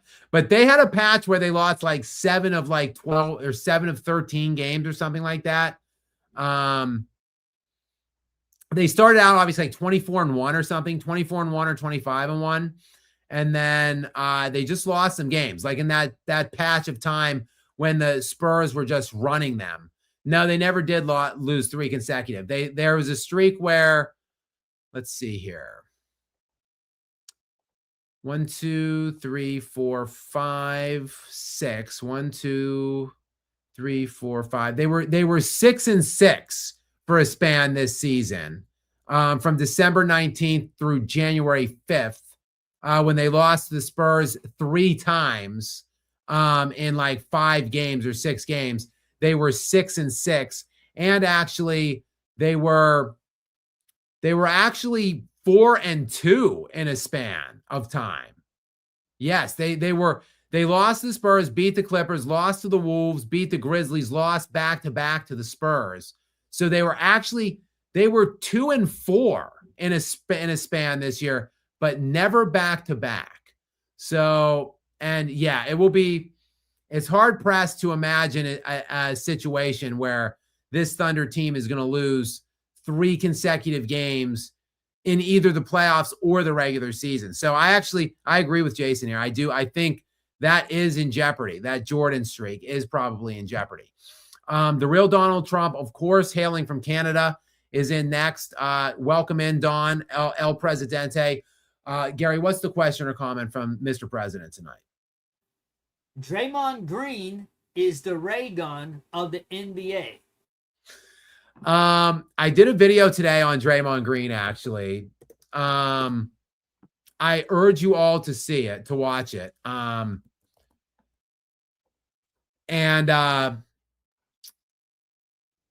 It's primarily about what a scrub he is and the comments that he made about Charles Barkley. I mentioned that in our live stream last night, in our show last night. I mentioned about the comments that were going viral from inside the NBA where basically Draymond Green was trolling Charles Barkley and saying that he was washed up in Houston. Obviously, Charles Barkley was better in Houston than Draymond Green was in his prime. He's a scrub. He's an undeniable scrub, and also either a liar or just an uneducated fan of the sport of basketball, because he would have known better than to impugn the great Chuck Barkley and the last couple years he had in Houston if he actually knew what it was. He basically said, the quote was exactly, "Our goal is to not look like you in a Houston Rockets jersey." And Kenny Smith said, "What did that look like?" And Draymond Green said, "Did you see it? I saw it." No, you didn't, because Charles Barkley was averaging 16 and 12 in his 4-year tenure in Houston, and Draymond Green never averaged 16 in his entire NBA career, and he never averaged 12 either. So, yes, he's a scrub. However, I would say this is a funny mention, because when I was watching a game with Austin Reeves and Shai Gilgeous-Alexander, and I was thinking of Ray Gun. Gary, do you know who Ray Gun is by any chance? No, I'm not sure. Gary, while you're on mute or whatever, take a side step away from the chat for a minute. Guys, behave yourself without the moderator. Rachel Gunn?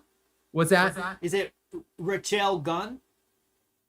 I don't know what her real name is, but Gary, Ray Gunn was the break dancer, the Australian break dancer that humiliated the entire country in the Olympics. You need to go to YouTube and just look up Ray Gunn's dance. You have to look it up.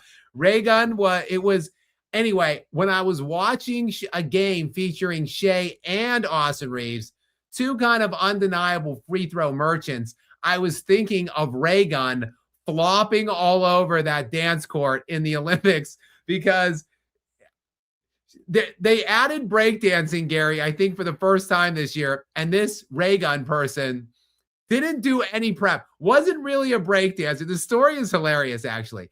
Didn't do any prep for the competition, wasn't really a breakdancer, just wanted a free trip to the Olympics, and was like involved with the Australian Olympic Committee in some way. So through like nepotism or connections or whatever, got a trip to the Olympics to compete in the breakdancing, and it was ridiculous. Like literally just flopping and flailing all over the place. So I'm thinking of Ray Gun tonight, actually, while I was watching Shai and Austin Reeves trying to work their way to the free throw line. But it's funny that the real Don here invokes the great Ray Gun's name with Dre. Gary, did you find any footage of Ray Gun? Yeah, I've got it on pause. I'm going to read the next super whenever you're ready, and then I'm going to look at it while you're responding to that. All right, let's go then to Stump 4522 with a generous donation to us tonight. Thank you very much, Stump. I appreciate you. Gary, what's the question or comment from Stump? Never before have I seen a player like James Harden choking is so catharsis and joy sight to see to analysis. If we all can predict James Harden choking the playoffs, we all will be a bit richer. Good point. Yeah, you basically just want to take the under on, or take the over on James Harden free throws. Find out what that prop is. Take the under on field goal makes.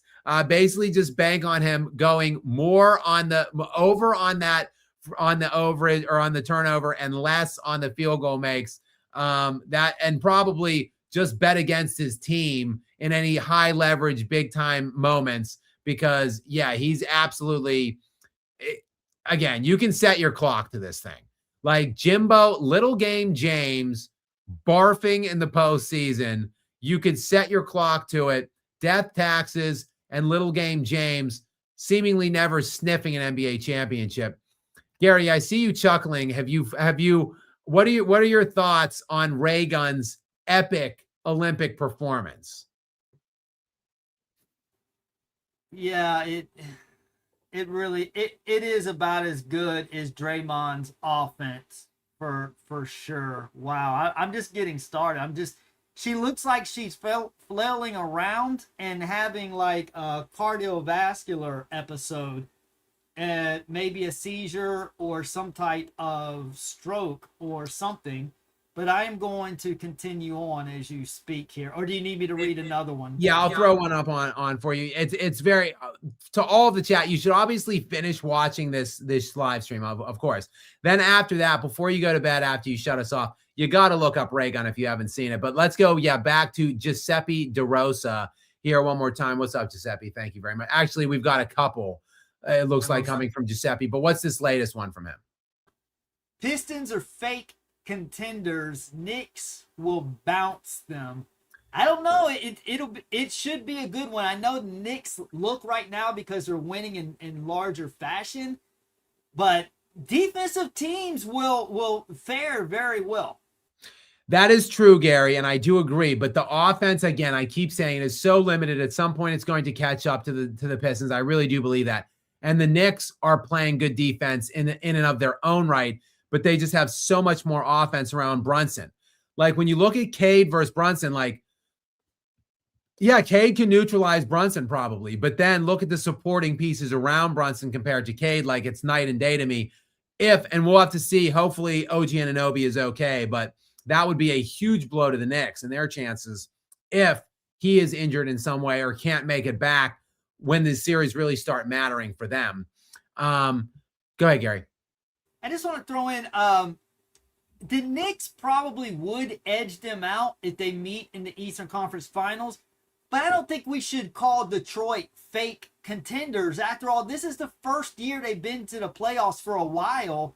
They're early in their development. They're young. They're building around Cade Cunningham, who, by the way, looks like he's turning into an elite level player before our very eyes. So I don't want to be harsh and say Detroit are fake contenders, even if they're not quite ready yet, because they still have. I think they need another piece on offense. To your point, Jay, but I think that the future's bright in Detroit.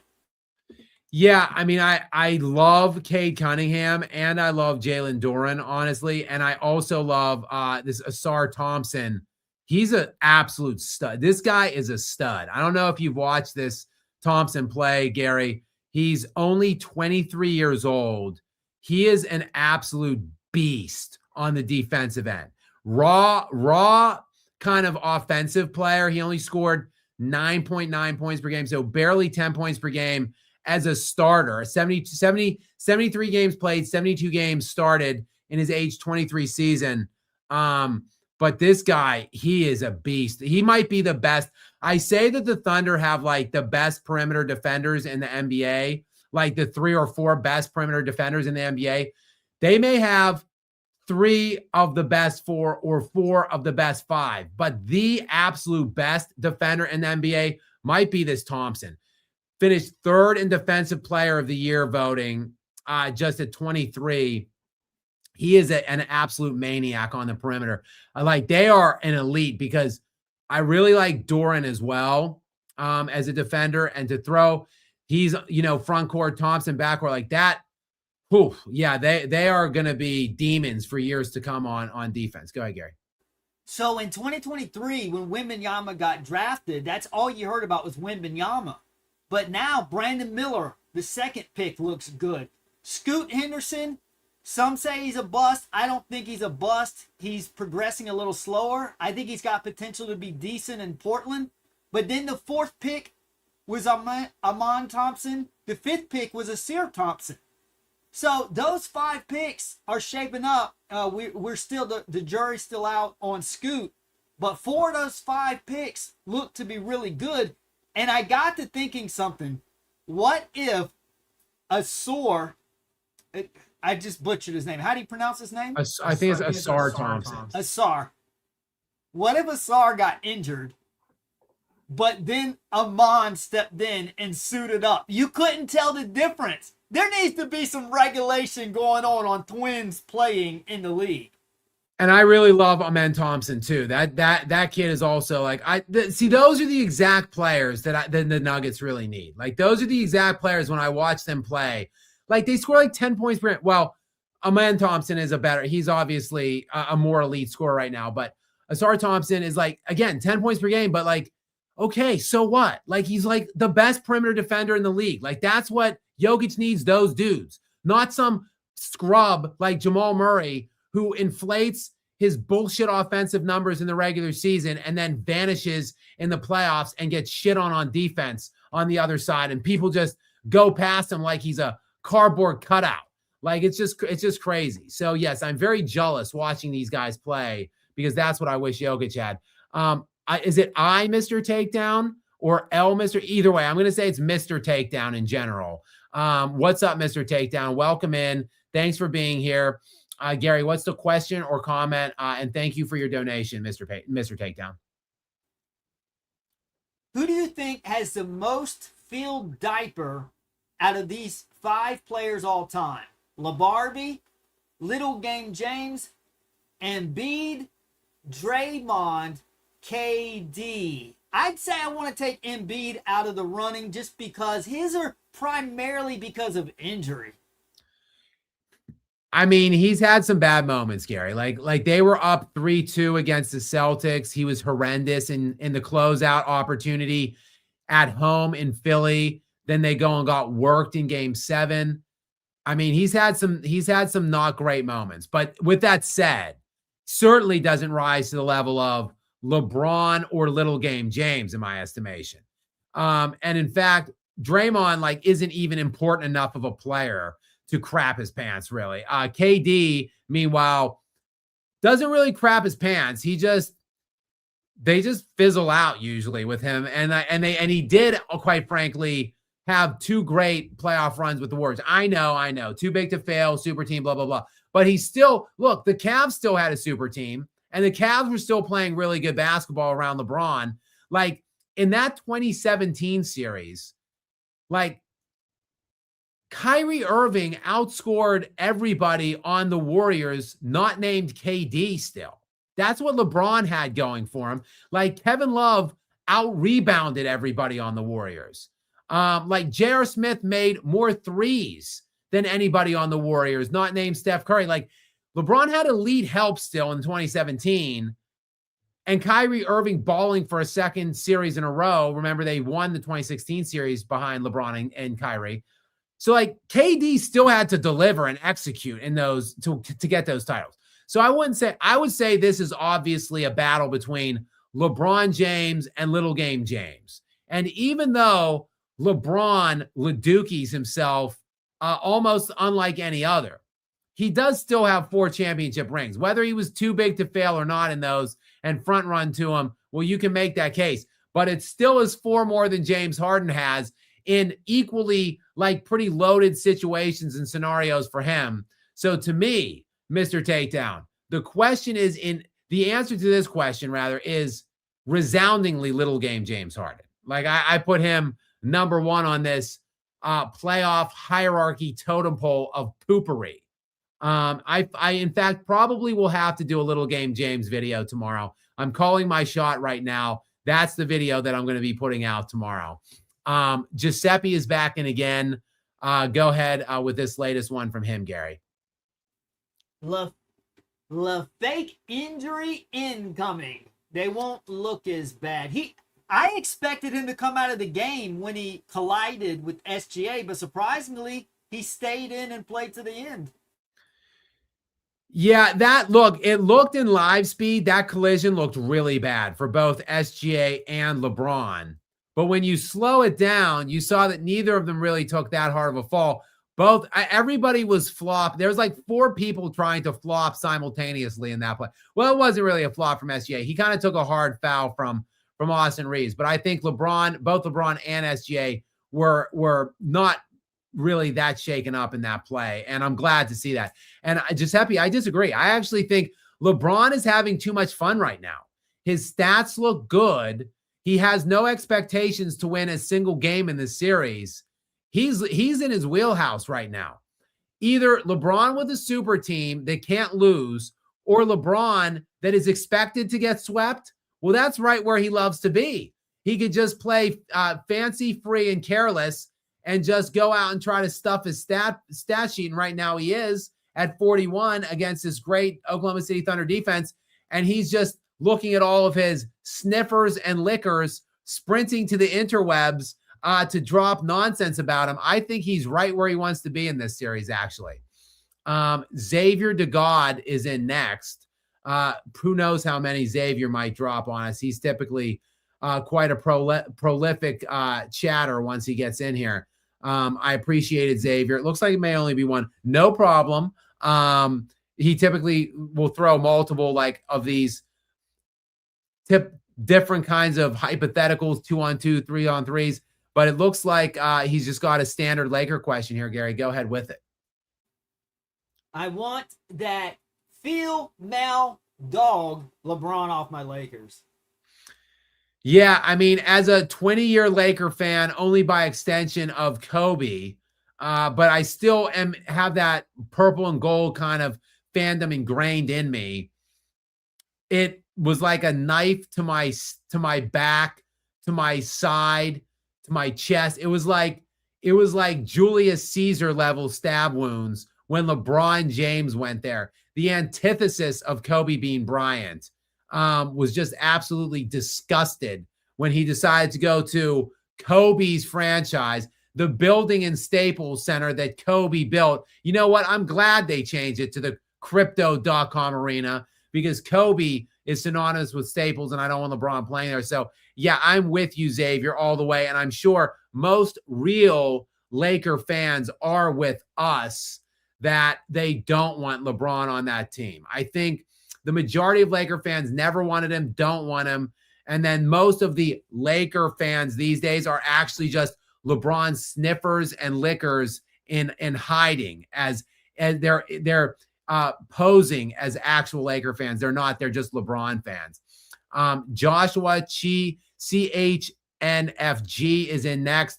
What's up, Joshua? Thank you very much. A regular to the show here and a big supporter. Thank you for your ongoing generosity, very generous donation to us. Appreciate it, Gary. What is the question or comment from Joshua? I say let LeBron go and make a big push for Kawhi. Kawhi doesn't want to be a leader, but plays great offense and defense. I'd let go of Reeves for a solid, young, big defensive center and let Luka go off offensively. Thoughts? I mean, I like it for like 1 or 2 years. The problem being obviously Kawhi's inavailability. Look, he played like the most games he's played in a really long time this year. He did play over 65 games. He is eligible. It's going to be interesting to see what they do with Kawhi Leonard this year for first team All NBA. I don't think he's going to make it. He played 65 games even. What if I were to tell you this year is the second most games Kawhi Leonard has played since 2017? Probably wouldn't surprise you or shock you. 65 this year, 68 in 2023, 2024. What if I were to tell you really that 65 is amongst the most he's ever played? Probably wouldn't shock you. But what if I were to tell you at 34 years of age, Kawhi Leonard just had his highest scoring season of his entire career and his highest player efficiency rating season for his entire career? That might shock you, but those two things are true. Kawhi Leonard, 28 points per game, 6 rebounds, 4 assists on 51% shooting, a comeback player of the year 10 this year, and an all-star. I'm interested to see who's going to be. Look, Jokic, lock. Shai, lock. Wemby, lock. Those 3 are locks for all NBA first team. I feel like Luka winning the appeal, he's got to be a lock. He led the NBA in scoring. He's like 3rd in assists. He's got to be first team. And then at that point, we're talking Cade, Jaylen Brown, Kawhi Leonard. Who's it going to be? Probably Cade. I think Cade Cunningham will probably be first team, the other first team. That leaves Jaylen Brown and Kawhi Leonard in elite seasons, getting second team All NBA. So to your point, Joshua, I'd love to pair him there, but he's going to be 35 next year. He has not been durable at all through his career. So I would be concerned about his health and availability at 35 now. I think at some point with Luka being like 27 only, you got to make a stand and say, there's a mixture between making a run now or the next 2 to 3 years and building for the future. I think you have to bet on Luka to be healthy and available for the majority of these seasons for the next 8 to 10 years and try to get younger, athletic guys around him. Don't make the same mistakes that they've made around Nikola Jokic.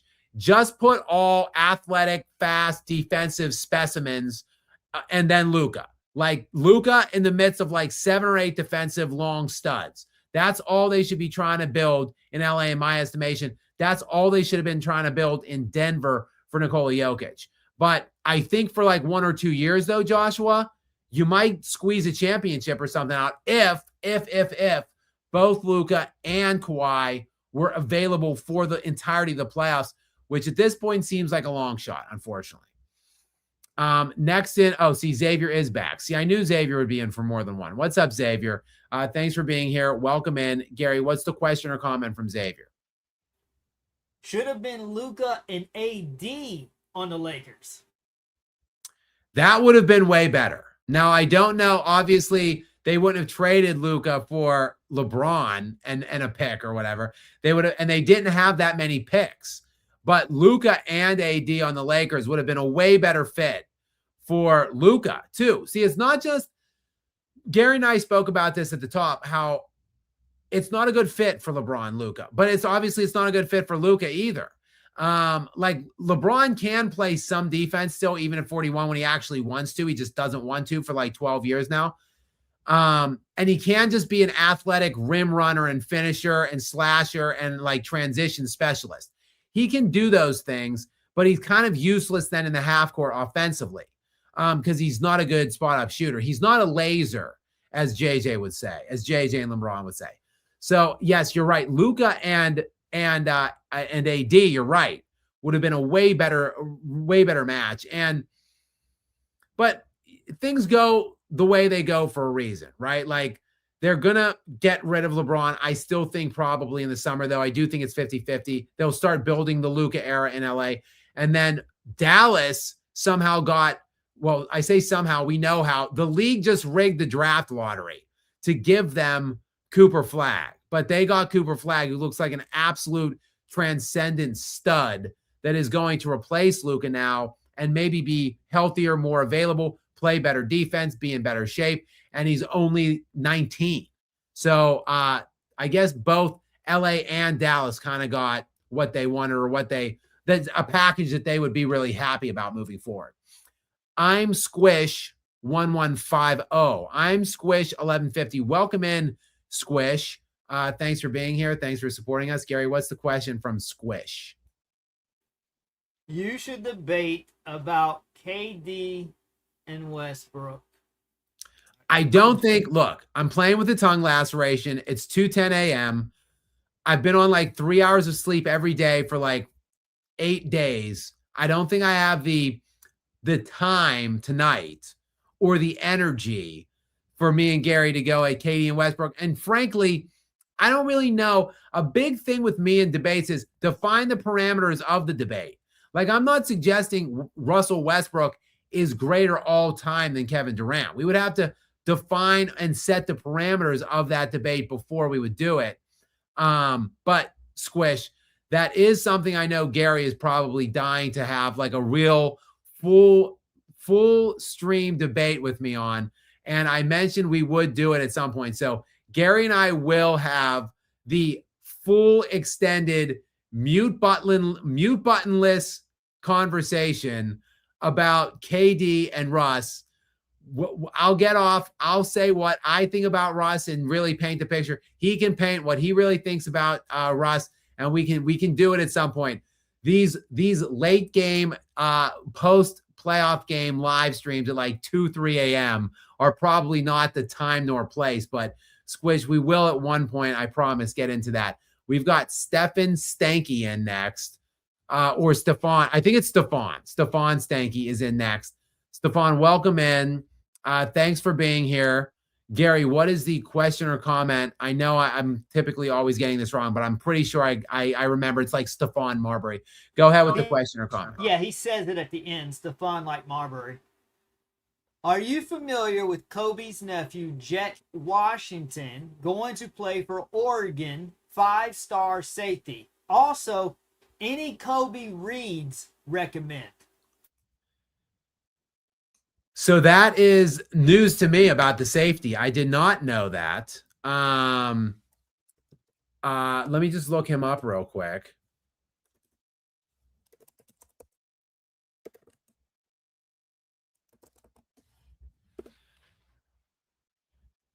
Interesting.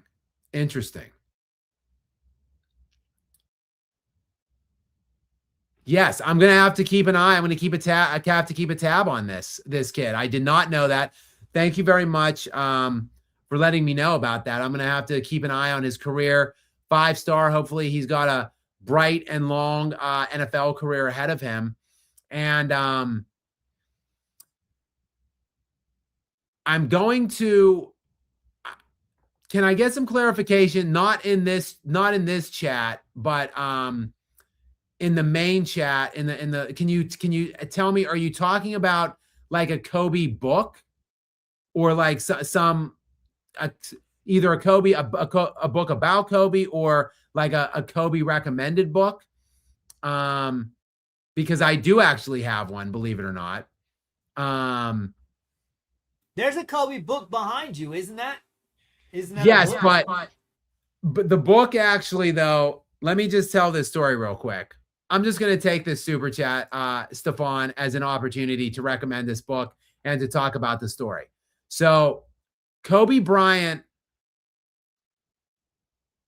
was a keynote speaker. I believe it was for the Chargers. Remember the San Diego Chargers? Well, they moved to LA a couple years ago and became the LA Chargers. And they had Kobe in to talk to the football team before camp one time. And he mentioned a book by I believe, I want to say it was Richard Mock is the author. And the book anyway was called Jonathan Livingston Seagull. And Kobe said that it was his favorite book in this speech that he gave to all the LA Chargers football team. The book basically is about a seagull that doesn't want to be a seagull and essentially wants to outwork his place in the world and in nature. And the public relations team, after Kobe left and after he gave that speech, they had players. I think there was like 70 players in camp at the time that Kobe gave the speech. They had like 50 requests from the players for that book, that Jonathan Livingston's Seagull book. I had never heard that story until Kobe's untimely passing, and people from all over the sports world and just the world in general were coming out and sharing their stories about Kobe Bryant. And somebody like an NFL insider for ESPN shared that story about just the immense respect that Kobe Bryant had that transcended outside of even basketball, just in all sports and like all walks of life, that he went to this football team and like 50 of the 70 dudes in camp wanted to get the book and read the book because Kobe recommended it. I had never heard of the book at that point. I ordered the book myself after hearing that story. Again, the book is Jonathan Swift's Seagull by, I think, Richard Mock. So I would, Stefan, I would recommend that book for anybody that wants a Kobe read. While it's not about Kobe, it was Kobe's favorite book. Isaac LYK is in next. What's up, Isaac? Welcome in. Thanks for being here. Gary, what's the question or comment from a longtime supporter and friend to the show, Isaac? Been watching since last year. Love you, Skap. I'm in Air Force Station in Italy, still catching games in your videos. Love to see LaFraud get swept again. Wow, Isaac, this is just a great super chat, just a great comment in general. Thank you so much. Like I said, I love to hear when people are watching and tuning in different places. Gary, am I still there? Give me a thumbs up. I timed out, it looked like, for a second there. Am I okay? Okay. I love to hear when people tune in from all over the world, different areas, different regions. But to hear someone in the service, first of all, thank you very much for your service, Isaac, being in an Air Force station and still watching the games and still watching the Skap Attack videos and lives. I am truly humbled and speechless by this. All I can do is just thank you very much for your kind support and generosity here of the channel. I really am very lucky to have you on board and to have people like you guys here every single night for me. It is a very cool thing to hop on here and see several hundred people every night, late as hell, on here with me. So thank you very much, Isaac, for that. J Moss is back in. What is up? Thank you again for joining us again here tonight in the sponsor area of the chat. Gary, what's this latest question or comment from him? Because he is back. As we know, he announced his presence earlier on in the show. So what's this next question from him? My working theory for the injuries is that the pace of the game is moving faster than recovery science can keep up with, and it may stay like that until the game slows down again for it to catch up. Yeah, I mean, interesting theory. I mean, like I said, the 60s were very turbocharged and high-paced. So maybe, I don't know, it has to do with how great these athletes are today. All I hear about routinely is how athletic these guys are, more athletic than any other era. Obviously, that's kind of tongue-in-cheek, and I joke a bit there. Though I will say, like, in terms of, like, the NFL, I don't necessarily see it in the NBA. Like, I guess by and large, the overall collection of players are more athletic than, like, the 90s, like the 80s, the 90s, the early 2000s. But there were some athletic specimens and freak shows out there, like Michael Jordan and Dominique Wilkins in the 80s. Like, there's nobody in the NBA today that is more athletic than Michael Jordan and Dominique Wilkins were back then. Like, maybe there's just more of an amount or percentage of freak athletes today than before. Though for every athletic freak show there is today, there still is Nikola Jokic and Luka Doncic, who are first-team All-NBA for like the 5th time in the last 6 years or something each, who aren't very athletic at all. Jokic is practically never hurt, knock on wood. Luka is hurt a lot. So I honestly, I don't know what the answer is. It's just weird. It's just a weird situation and circumstance. And I hope that they figure it out, or that the NBA finds a way to stop, because again, this isn't football or hockey. Like I feel like I shouldn't be watching games like, oh, well, this team might be the best team if they don't lose their entire like important amount of players. like that was the conference, like going into the playoffs, like, oh, the Nuggets might be a real contender this year if they don't lose like 4 of their players, which they do every year, or three or 4 of their players, which they do every year. So, but it's not just the Nuggets. I complain about the Nuggets a lot because I am a Nuggets enthusiast, but it's other teams and stuff like the Thunder are, luckily for them, so jacked because and loaded because they're without their second best player, maybe their third best player, whichever way you want to call it for J-Dub. They've been without him for much of the year and playoffs, and they still look damn near unbeatable. But now OG Anunoby's out, of course. We saw Tatum sit out. Anthony Edwards missed games, significant games this year. So just elite guys that are missing games regularly. That just wasn't the way. It just wasn't the way it was back in the NBA when I was growing up. All right, Emmanuel is back in. What's up, Emmanuel? Thank you. Welcome back in. Sorry that I can't. I will just destroy your this last part of the handle. So I don't want to make a mockery of that. So I'm just not going to try. Emmanuel, thank you though for coming back in. What's the second question or comment from him? I love Donovan Mitchell game, but step up, man. Yeah, Gary, you mentioned him earlier, how you don't think he's necessarily really choked, but Donovan Mitchell has been in the NBA for a very long time. He's been a highly decorated pro. He's, I believe, the 6th leading scorer in NBA history per game in the playoffs, just above LeBron James, actually. NBA playoff points per game. I want to say he's 6th behind, ahead of LeBron, but let me fact check myself. Oh, he's dipped this postseason. He is dipped just below LeBron. So going into this postseason, he was 6th. LeBron was 7th. Now LeBron has stormed back ahead. LeBron is 6th. Donovan Mitchell is 7th.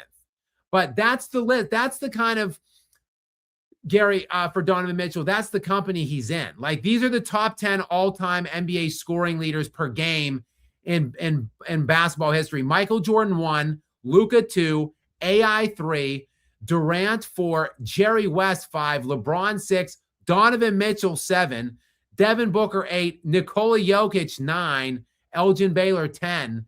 So Donovan Mitchell is a highly decorated player, and he's been around the periphery of these NBA playoffs his whole career, and he's just never really, I mean, I'm looking at it right now. He's never been on like a really good, the best team that he's been on in his career so far was last year in the Cavs when they got injured and lost in the playoffs. But in spite of him doing well, performing well in the playoffs, I've never seen him on the Jazz and the Cavs. They've never been like, oh, they're going to make a run to the finals this year.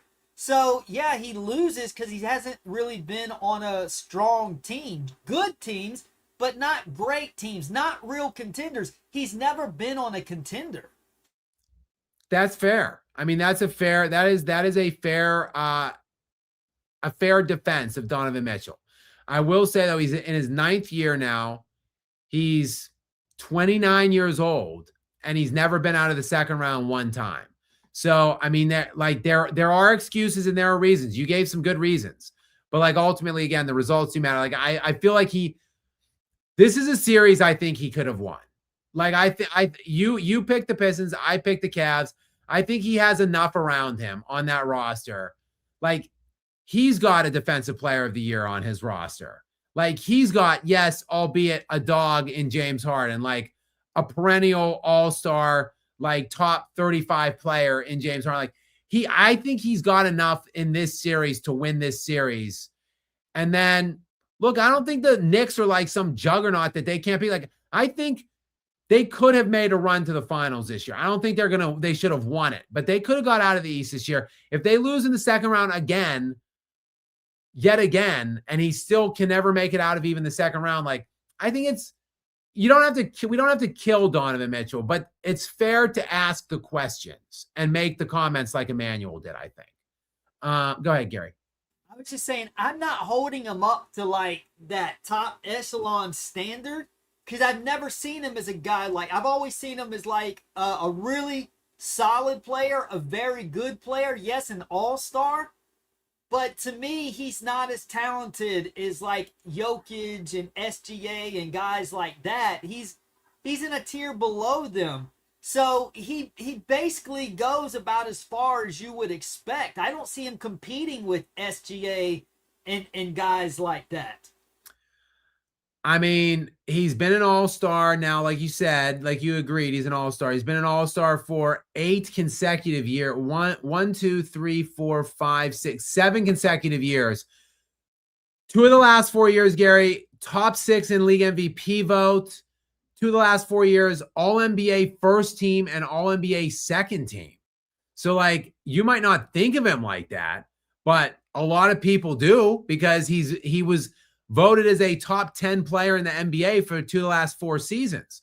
So like, I agree mainly with what you're saying, but like, it's not unfair to have criticisms of him at this point. If they lose, I think this round, I think, yes, the Pistons are the 1 seed. Yes, they won more games, but the Cavs won 64 games last year and they were the 1 seed and they lost in the second round. So don't give me the excuse of regular season wins, loss, whatever. I think the Cavs in a vacuum could definitely have won this series. So basically, Donovan Mitchell has to outplay Cade Cunningham. He hasn't done it so far. So I think it's fair to suggest that he should be able to outplay Cade Cunningham at this point of Cade Cunningham's career and this point of his career, and he hasn't done it. Okay, JXYYSXV VA, maybe Savage. I don't exactly know how to say this, but JXY is what I'm going to say. JXY, thank you so much. Welcome in. I want to say Savage, but I guess it's really not. It's SXVAGE. But anyway, welcome in. Thank you for the support. Thank you for the question or the comment, Gary. Actually, what is that question or comment, though? We don't got to worry about Shea Flop when Wemby the alien came and kidnapped, and OKC fans and the refs came too. LOL. It's going to be interesting to see. I am very interested to see the alien get through this round, which I do. It's 1-1 right now. Actually, I'm interested to see what the line is in Minnesota tomorrow night. It is 1-1 in that series. It's shifting back, and the Spurs are pretty hefty favorites on the road tomorrow night. 4.5-point favorites tomorrow night at Minnesota, which I don't necessarily disagree with. I do still like the Spurs to win this series. I think they will get the split. I think they will get tomorrow night. And then maybe in sheer desperation, the Wolves will even it 2-2 and take it back to a best of 7. 2 of the 3 games to be played out in San Antonio. But I don't know that I see the Timberwolves going up 2-1 after they went up 1-0. That to me would be indicative of a team that's better. And I just think the Spurs are the better team. So, but we'll see. It's going to be an interesting game tomorrow night. And I am already looking ahead. I'm already counting the Timberwolves out. I am already counting my chickens before they hatch. I am already ready and enthusiastic and excited about Wemby v. Shea, to JXY's point, in the Western Conference Finals. Let's get it on. Jolly Josham's a reg is also in now. A transplant from last year as well in our Skap Live After Dark run that we did in last year's postseason. Thank you, Jolly Joshams. I appreciate it. Welcome into you. Always thankful to have you here, Gary. What's the question or comment from him? Don't know if you remember, but I need you to grow your facial hair for a bet this year. Don't know the bet, but if you lose, you need to get a mustache like your Papa Skap had that you showed us last year. I honestly don't know if I'm capable of growing that kind of a stash. Yes, Jolly Johnson certainly knows the inside scoop of the channel and stuff. He obviously saw my dad's avatar picture with his stash. Actually, that picture was taken at my wedding. And yeah, he's got one of those curly mustaches Now, I don't grow a very good mustache at all. It does not look good at all. But I do grow a fairly solid beard, believe it or not. I have pretty patchy facial hair, so it takes a while for it to grow in. I need about 2 full months to get it to fill in. But once the two months go in, it looks pretty good. So my dad actually, he's typically listening. If he's awake, he's listening. He can't really grow a beard. So he's never really been able to grow a beard, but he can grow that killer mustache. So I don't know if I could I look too bad, Jolly Joshams, with the stash. I don't know that I can accept this bet. I need to at least know the parameters of the bet because I am on camera all the time now at this point. I'll look like a weird, like I need to frequent like a jungle gym with denim shorts on or something with my mustache. I don't want to look like that. I don't want the police to come and inspect the house or anything like that with my grotesque looking stash. Like I do not Jolly Joshams drive some kind of a white tinted van window or anything like that. So I feel like the mustache for me would not be in my best look, obviously. So, but we'll see. Let me know what you want to do the bet as. I'd have to feel very confident that I would not lose that bet, obviously. Next in is Stefan again. What's up, Stefan? Well, again, it looks like I think I might have another one coming as well from Stefan. So I appreciate it, Stefan. Thank you very much. Gary, what's this latest one from him? How did you get connected to Gilbert Arenas? You applied belt to ass in that debate. Also, McCain and AJ Mitchell looked great tonight. Yeah, it's so unfair that the Thunder have those guys. Like AJ Mitchell tonight, I know he struggled with his shot in long minutes this series and since J-Dub went down. But what just eye test tonight, just eye test alone. I was watching AJ Mitchell and I'm like, I would take him for Jamal Murray straight up. Like, I just think he looks just better. He's quicker. He gets the basket easier. Has a more reliable outside shot. He plays better defense. Like, I would just take AJ Mitchell over Jamal Murray. And that dude's their backup point guard. It sucks. It sucks how good the Oklahoma City Thunder are. It's just so unfair. Stephon, to your question about Gilbert Arenas, actually, it's thanks to Kwame Brown. I had a debate with Gilbert. There's a show that I used to be on when I first started doing my YouTube channel with like 4 or 5 other collaborators. I'm not going to mention the name of the show because the moderator and owner of that channel has actually been deplatformed by YouTube. So I don't want to get in trouble. He's actually a good friend of mine. I think it was not fair what happened to him with his channel, but I don't want to get in trouble with YouTube. Anyway, I was on that show usually on Sundays, and Gilbert just randomly popped on that live stream one day, and it was like 6 of us, but I really spearheaded the head-to-head against him, and I think I belt to assed him in that debate too. Then like a year passed after that, and I did a video that was called like Gilbert Arenas. It was like Idiot Gilbert Arenas exposed for Kobe hate or something. Was Village Idiot? Something like that was the name of the title of the video. And Kwame Brown actually did like an hour live stream on my video and playing segments of my video and talking junk on Gilbert. And I went into the video. I actually hopped on the live in the comments. And then after the video ended, or after his live ended, I went and made a comment on the actual video and said, "Hey Kwame, shout out to you. Appreciate the love and the spotlight. Thank you so much for everything you're doing out here. Keep up the good work." Gilbert responded to my comment, and he and I were battling each other in the comment thread, like paragraphs of comments back and forth, like 20 comments each over the span of the next like 12 hours during the day. And then someone else, I think it was, I'm forgetting the name of the guy now who hates my guts, another YouTube content creator who can't stand me.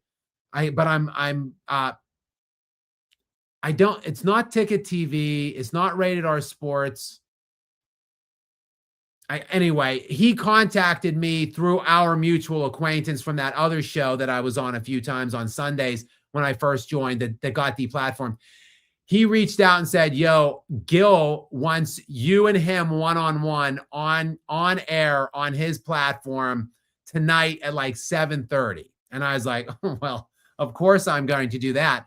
But look, credit to Arenas for not only calling me out and letting me come on, and I think humiliate him, quite frankly, but credit him for giving me the opportunity and then taking the time for as long. That whole piece, like I cut it up in two separate, like 40-minute pieces. He and I were debating and arguing each other. I was expecting like 30 minutes, 15, 20, 30 minutes with him head to head. It was like 3 hours. He and I were just one-on-one debating. And then a whole panel came in and they started taking calls. I had to drop off because I was on the East Coast. They were all on the West. I dropped off at like 2 a.m. It was like I was on for like 5 hours and they were still going after I dropped off. So shout out to Gil for not only giving someone like me, a much smaller personality than him at this point, giving me the opportunity to step in the ring with him and then giving me so much of his time while we do not see eye to eye on a lot of things. I do respect him for doing that and taking those kinds of opportunities because he has the potential to look kind of foolish at times when you take some guy like me that nobody really knows and he's a former NBA All-Star and you debate me head to head. Like he has nothing to gain and everything to lose in that situation. So I respect him taking the opportunity and giving me the chance. Okay, Emmanuel back in yet again. What's up, sir? Thank you so much for your continued generosity. And what is the latest question, Gary, from Emmanuel? Can you cover the Green Rivers online spat? Yes, I don't know, Emmanuel, if you caught my video today, which I put out. It was about it's a shorter video. I used to look, when I started doing this, my videos were all like 4 to 8 minutes. Now they're all like 12 to 20 minutes, it seems like, or 10 to 20 minutes. But today, kind of a throwback video. It was only about 7.5 minutes. It was about Draymond Green, the Dre and Chuck thing that happened last night. I likely should have thrown in the Austin Reeves part of that. That's my fault that I didn't do that. That would have made perfect sense. But yes, I probably could and should do a video, maybe an extender video to that one I put out today, like a part 2 maybe, where I discuss that awesome Green Rivers, the Austin Rivers, Draymond Green debate, because Rivers absolutely flamed him, just scorched him, and it was pretty awesome. So perhaps I do have to do like a part 2 or like a little addendum onto that, Emmanuel. Thank you for the for highlighting that and the suggestion for that. Giuseppe is in next with another question. Welcome back into you, sir. And Gary, what is the question or comment from Giuseppe? Let me hear your all-time load management team. Wow, that's a good question. LeBron's the GOAT. LeBron's the GOAT. Well, I mean, I don't know that I would necessarily paint LeBron fully as a load management guy necessarily. I mean, he's good to sit out like 5 to 8 games, maybe a year in terms of managing the load, if you will. What about all his fake injuries? What about the beginning of the year? Didn't he miss like 20 games? Maybe it was more like 10, 15. 16, I think, with his sciatica. Still, though, I'm thinking about guys like my Mount Rushmore of load management, Gary, would probably be like Joel Embiid, Zion Williamson, and Kawhi Leonard. So, like, those are like my big 3. Don't forget Paul George. Yeah, you can definitely, that's fair to throw PG, Putrid P or Pandemic P in the mix as well. Who else could be in my all low? I need like a 1. I need like a 1 or 2. I've got We could look, Kawhi could play 2 or 3. I play Kawhi at 3. I could play Podcast P. I'm sorry, I could play Kawhi at 2. I could play Podcast P at 3. I could play Zion at 4. I could play Embiid at 5. I need a 1. I need like a point that is out here that is managing the load. Who can my 1 be? Could it be Ben Simmons? Did he show a high enough ceiling that we can put when he was not either out or load managing? Did he show a high enough ceiling to be my 1? He made a couple, I think 2 or 3 All-Star games. He was All-NBA defensive team a couple years. Can Ben Simmons be my 1? What do you think, Gary? Can I get a ruling? Yeah. Ben Simmons is horrific. Yes. So there you have it. Giuseppe, great question. I go Simmons at 1, Kawhi at 2, Podcast P at 3, Zion, Lord of the Wings at 4, and Troel Embiid, Trust the Process at 5. That's a hell of a load management team, if you ask me.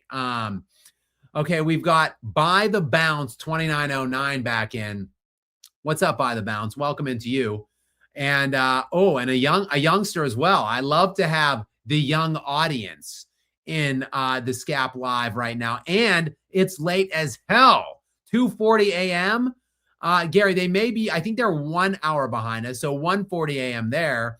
But hopefully you're still on. You sent it at 2:09. It's 2:40. So hopefully you're still on, young buck. Gary, what's the question or comment from By the Bounce? As a 23-year-old Chicago native, I would have hated LeChum joining the Bulls. MJ the GOAT. Yes, By the Bounce. Shout out to you again for being young and smart. There's not many young, intelligent people these days. As the saying goes, youth is wasted on the young or whatever, right? Because you get older that you get, the wiser, the smarter you get, the more you learn things. But By the Bounce, you're ahead of the curve because you're already way smarter than the vast majority of your peers in your age group, because you know that LeBum is garbage and that GOAT Mike is the one true rightful GOAT. So you're already well ahead of the curve. I'm sure you're going to be very successful in your years, in your future now, in the years that will follow. And I'm with you. It was like A2, Braun A, was like I was getting stabbed like 37 times or whatever, 27 times like Julius Caesar when LeBron went to Los Angeles. And you just know, poor Kobe. R.I.P. Kobe. You know he's rolling in his grave with LeBron still in L.A. We need to get him out of Los Angeles this summer, hopefully. I'm afraid that it might not happen now at this point. But yes, By the Bounce. Thanks to you again for being here. Thanks for your support. And thank you so much for being smart and hopefully spearheading, helping lead this younger generation to the promised land. I worry about people of your age and the leadership that is in that group of people. So you've got to just take the bull by the horns. Take your friends and your peers and let them know that LeBron ain't shit and can't hold Michael Jordan's jock. That's what you need to do. And I believe that you can, By the Bounce. I believe in you. Stefan is back in yet again. Wow, Stefan, very generous night from you. Thank you very much. Thank you for all of the questions and comments as well. Gary, what's the latest one from him? A lot of these guys are terrible examples for our young kids. Notice the demeanor change in guys like Braun and KD post-Kobe era. Narcissistic complainers and lack competitive edge. Hashtag Cupcake League. Yeah, and the thing that you want to know, the thing that I find that's pretty humorous, actually, the guys that don't jump to super teams are always the guys that are never complaining about the lack of help that they have. Like, look at Kobe Bryant. He played with trash around him for most of his career, but he just stayed in LA and played with that trash and won championships. Like now today, Nikola Jokic, You don't hear this dude complaining about how garbage his teammates are or saying how he needs more help. I say those things for him on his behalf, but you don't see him doing that or saying that. In his post-game press conference, he said, I wasn't good enough. I didn't get people open. I didn't make shots. They outclassed us. They outdid us in every way. We tried to put up a fight. We didn't have it. They were better than us. But then you see LeBron James after his loss in game one say, oh, well, we didn't have Luka Doncic. Of course I can't win this series or these games. And you see him, that's just a one small example of his entire career, trashing teammates, throwing them under the bus, demanding they get traded, jumping from team to team, begging for more help, saying that he doesn't have enough help. The soft, mentally weak bums populating this league that have all the help in the world, they're the ones that are complaining that rings are a team accomplishment. The guys who are grinding with non-super team scrubs on their teams, by and large, for most of their career, are the ones battling and scrapping it out for the rings that they do have that never complain about the arrangement. But you're right, Stefan, ultimately, this is the participation trophy era where there is no competitive bone in any of these players' bodies, by and large, at least not the vast majority of them. It's not fair. There are still some competitors like Victor Wembanyama. My hope is that guy could lead us now. He could be like the elite player that leads us to the promised land in terms of these throwback type guys like Kobe with that competitive edge. Wemby's already flashed it to this point. So I think we do have hope with him, and we're in good hands with him, hopefully. And even say what you will about the Thunder and Shai and stuff. They're I guess I haven't seen enough that Shai hasn't faced enough adversity for me to really know what his competitive response would be. But they obviously don't get up and play hard every game, that's for sure, or for entireties of games, I should say. So I don't know. We'll see. But I'm agreeing with your overall premise, Stefan, I'm sorry. I don't know why I keep wanting to pronounce that the other way. Stephon Starbury. Easy to remember because I'm a big Stephon Marbury fan, actually. But thank you for that. And I do believe with you. I wish Kobe was such a great ambassador to the point of this also of this chat where you mentioned Kobe. Kobe was such a great ambassador for the sport and for the younger players. I feel like he could have helped some of these guys along so much if he was around. Just one of the many reasons it was an absolute tragedy that we lost Kobe as young as we did. Sully, what's up, brother? Sully, longtime fan and friend of the show, friend here. Thank you very much, Sully, obviously, for being here like you are for mostly all of these things and all of my videos. Thank you for your generous donation as well tonight, Sully. Shout out to you. I appreciate you, my friend. Gary, what's the question or comment? I just had a video blow up relative to my typical video performance. 3 months of growth in 2 days. Skap, when your channel was smaller, what was your first big success of a video that grew your page? And before you answer, Jay, just want to let the chat know I'm going to post in the chat Sully's video. So if any of you guys want to check out his channel, I just put the link in the chat. Yeah, here it is. Here's the link. So shout out to you, Sully. Gary, do me a favor, and if you can, email me that link, will you? Either any of my email address or whatever, email that to me. I'd like to get on there and do some comments on that. So shout out to you, Sully, and good work. Keep grinding, keep fighting. Let's see. Let me get back to your super chat question, though. So 3 months of growth in 2 days. So yes, quick, long story, try to make a long story short. I never really watched YouTube, cared about YouTube, thought about YouTube ever in my life. My wife watched a lot of YouTube, and I saw some people that were on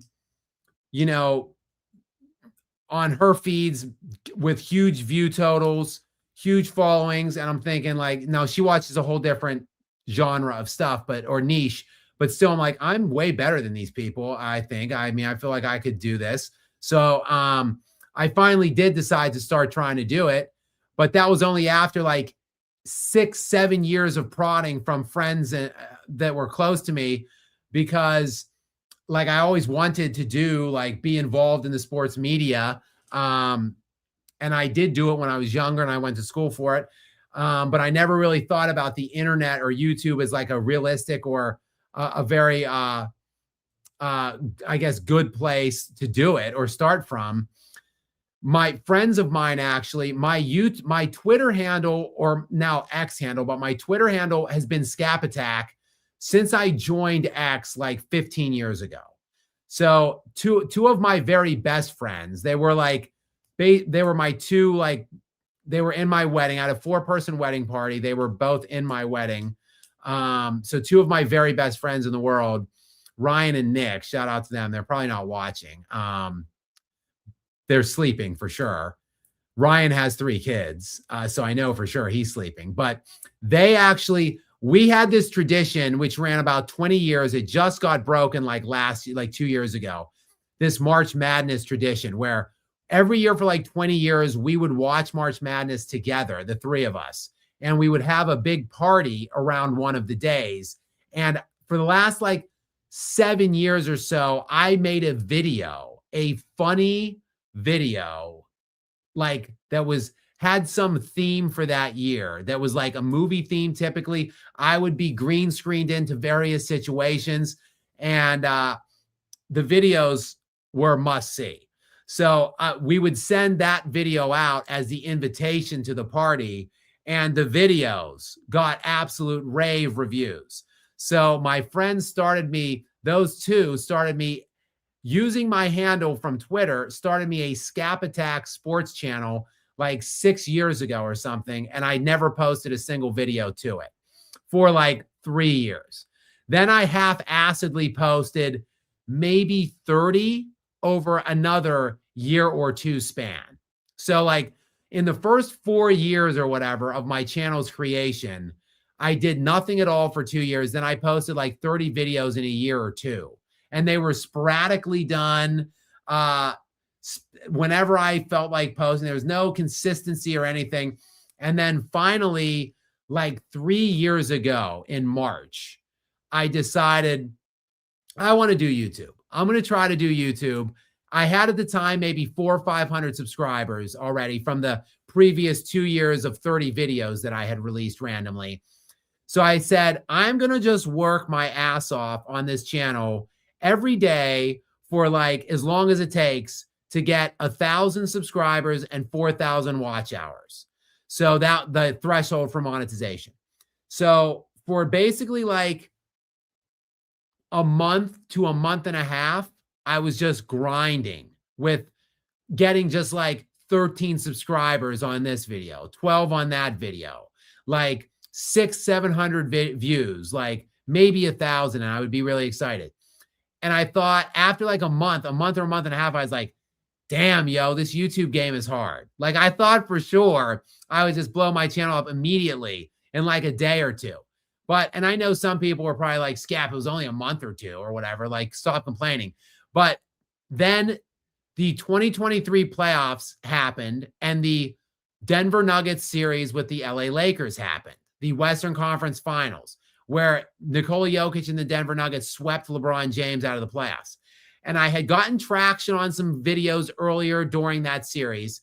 So I made sure I had a video ready to roll whenever the actual elimination happened and they got swept. And I executed that video quickly and perfectly, and I dropped it immediately. And that video was called The Last Choke. And it was a play off of the Last Dance series of Netflix, a documentary about Michael Jordan's last run for his championship in the 98 season with the Chicago Bulls. And I even, the thumbnail of that video was kind of meant to look like the Netflix docuseries banner for The Last Dance.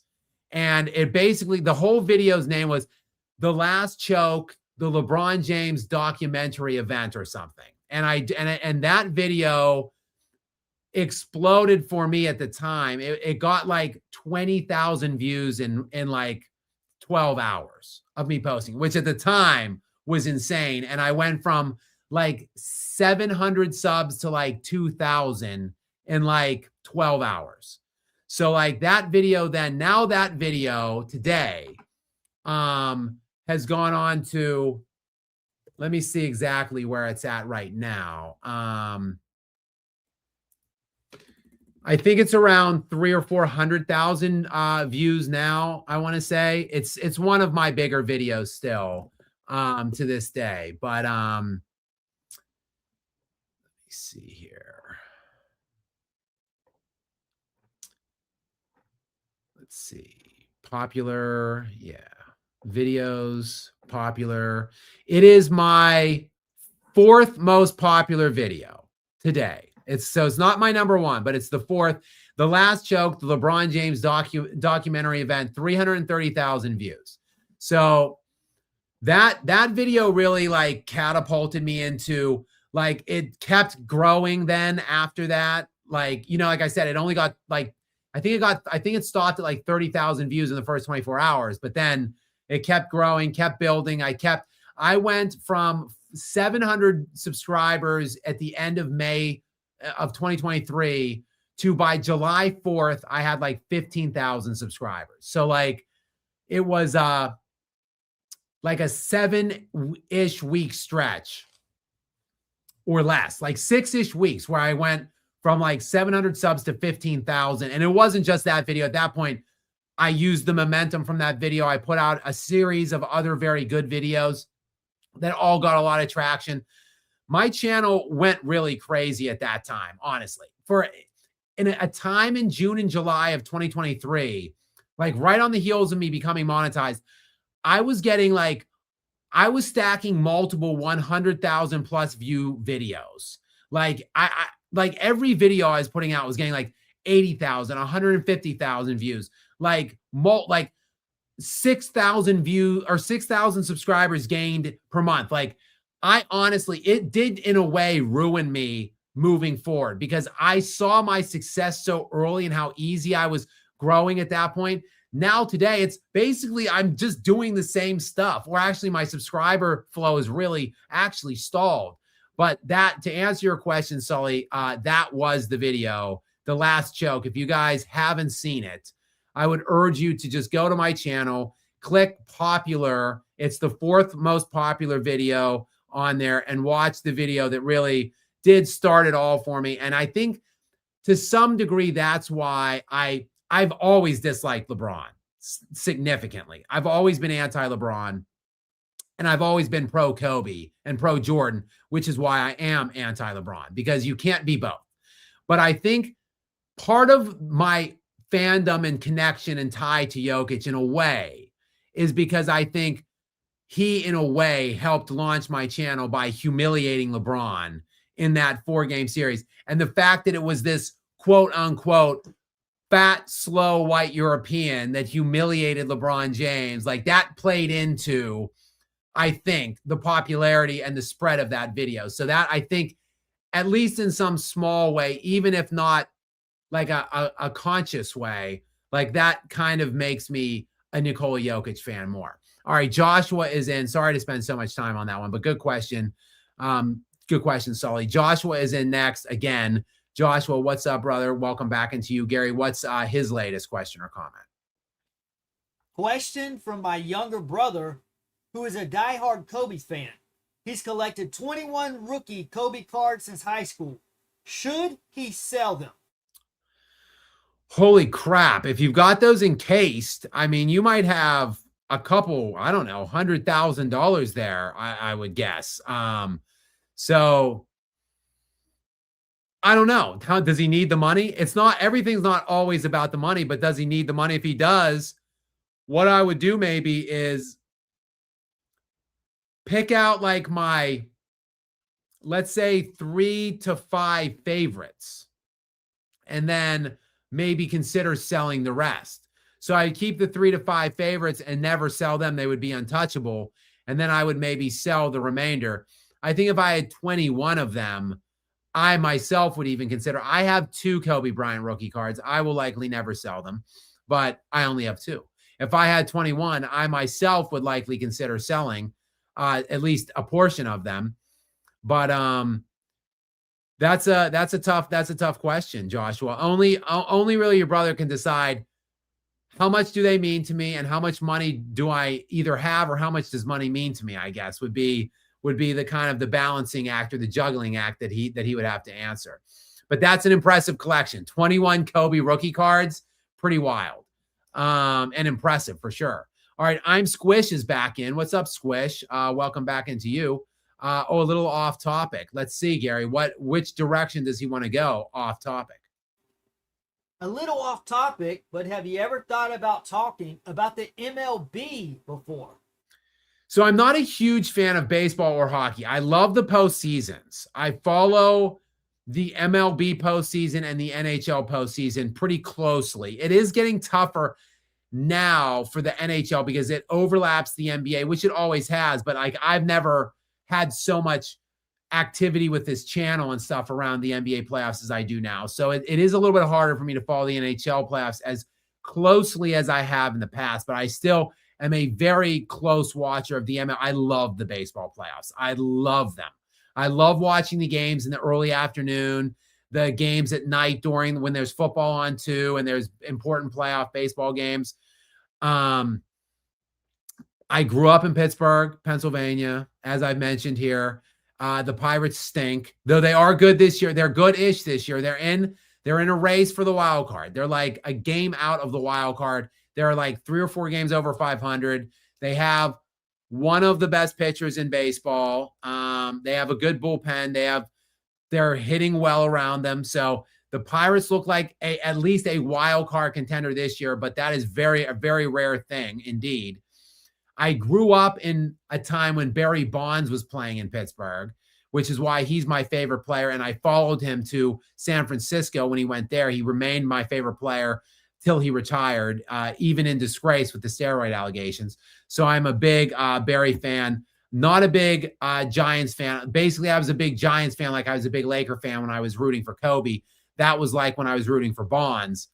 But now, basically, I just root against teams kind of in baseball, like I do in basketball to some degree, and even to some lesser degree football. Basically, I'm a hater. I'm a card-carrying member of the player haters ball. I find more teams that I just don't want to win than I care if they do at this point. I'd like to see the Pirates do well because they're my hometown team. My dad's a big fan. My good friend Ryan, I just mentioned, that was in my wedding, is a big fan. His kids are big fans of the Pirates. So I root for them to do well. But realistically, if just the Yankees and the Phillies don't win, I'm feeling good about things in life, generally speaking. But maybe I will talk more about MLB. I am Squish if the Pirates make a run for a pennant chase this year, possibly. All right, Stefan is back in yet again, Stefan, with another super chat for us tonight here and a generous donation. Thank you, my brother. I appreciate your ongoing support here of us and your good questions to foster the conversation and promote some discussion here. Go ahead, Gary, with his latest. The irony is that Gilbert is on record saying Kobe is the better all-around player over Bron. Claims Kobe as his favorite player and now craps on him. Also, your debate versus Kobe haters was great too. Yeah, that was also fun. You guys should check that out too if you haven't. It's go to Clash, or it's what is it? It's I don't know why I'm drawing a blank. Clasher Sports? Clash is the name. I'm drawing a blank on. Hey, Jay, don't worry about it. Answer the question. What I'm going to do, I'm going to look it up. I'm going to put a link in the chat. So go ahead and answer, and then I'll get to that. It's House of Highlights. So it was Clash and House of Highlights was the collaboration. If you guys haven't seen it, you should go find it. Gary's going to find it and put it up in the chat. They have 468 videos up, Clash does, and that video with me of the 464 or 468, that is the 8th most watched video at this point, and it's neck and neck with another one. One Lakers fan versus 10 Lakers haters. That one's got 363,000 views. Mine's got 362,000. So it's neck and neck. It's like almost overtaking for the 7th most watched one. And it's only been out for 6 months. The other ones have all been out for like a year or more, except for some of the more. There is one that's, oh my God, it's only been out for 2 weeks. 4 NBA geniuses compete in 2010's NBA trivia. Man, how did I not get in on that one? So anyway, you should check that out. Shout out to Clash. Shout out to House of Highlights. They flew me to New York, put me up in a hotel right around Central Park, where their studio was kind of located near. And I had a great opportunity to film there in the studio. Great experience on the day. Humiliated 10 Kobe haters. It's a great watch. So yes, that was a lot of fun. And Stefan, to your point, as we all know now from earlier in the show, Gary has cashed the clutch paycheck. It's LeGary now because he's on the clutch roll, and so is Gilbert. That's why Gilbert used to be a big Kobe fan and a big Kobe advocate, but once he cashed that clutch check, now he's got to take on the mantle as a sniffer and a licker and just gargle LeBron's crown jewels up and down the internet. So that's why he now must hate on Kobe. So that it's really, Stefan, why can't I get that right? Stefan, it really is, as Morgan Freeman once famously said in the movie Hard Rain, starring Christian Slater and Mimi Driver, we just want the money. Gilbert just wants the money, and he's willing to sacrifice his basketball takes for it. But I do remember, yes, I am old enough to remember when Gil called Kobe his favorite player. Go ahead, Gary. Go ahead, Gary. I just think you're being a little too harsh on LeBron. You really need to be more fair and objective. And I mean, the truth is Kobe's overrated. I mean, he had a 3-1 lead and choked his tail off. I mean, he had Smush Parker and Chris Mim. What more help did he need than that? So obviously Kobe is a choker, and you need to stop overrating him. Do you see, guys? This is what happens when LeGary cashes that clutch check. It is Le Sniffer Gary right now in the mod session because of that clutch check that he has now cashed. All right, LeGary, what is Ruthless Raider 78's next? What is the question or comment from him? Shout out to you. Hopefully, Ruthless, you have taken your nightly LeBron before you hopped on this show. But go ahead, Gary. What up, fellas? How terrible of an ambassador of the game do you consider melted manure to be? You know, manure's got a bad rap. It's really not that bad of a word. It's ma plus newer. Manure. Why did I just get dumped? Why did my girlfriend just dump me when I said that? That's a Seinfeld reference right there for those of you that didn't catch it. I know you can't get any Seinfeld references past me, as the human fund knows on here. But he is the worst of the worst, Ruthless Raider, to answer your question. It doesn't get worse than him from a ambassador standpoint. He has destroyed the game. For the first time, look, Magic Johnson and Larry Bird came around in the 1979 draft. Well, actually, Larry was drafted a year earlier and stayed in college an extra year. But they both came into the league, I believe, in the 79-80 seasons. And they elevated and saved the sport of basketball from the 1970s, the doldrums of the 1970s. And they elevated the game and the popularity to never-before-seen heights. Really, it seemed like the NBA couldn't go anywhere but down from there. But then GOAT Mike came along, Michael Jeffrey Jordan, and he took the torch from those two and he elevated it to another even higher, more outrageous level. And then, of course, when Michael Jordan really was the pinnacle, the peak. But when he left, there was no slippage. Like Kobe Bryant and some others, Duncan, Garnett, Nowitzki, some other greats, but Shaquille O'Neal, but primarily led by Kobe Bryant. They at least held the rope. They kept the trajectory. They didn't lose the product or crap on the product or destroy it.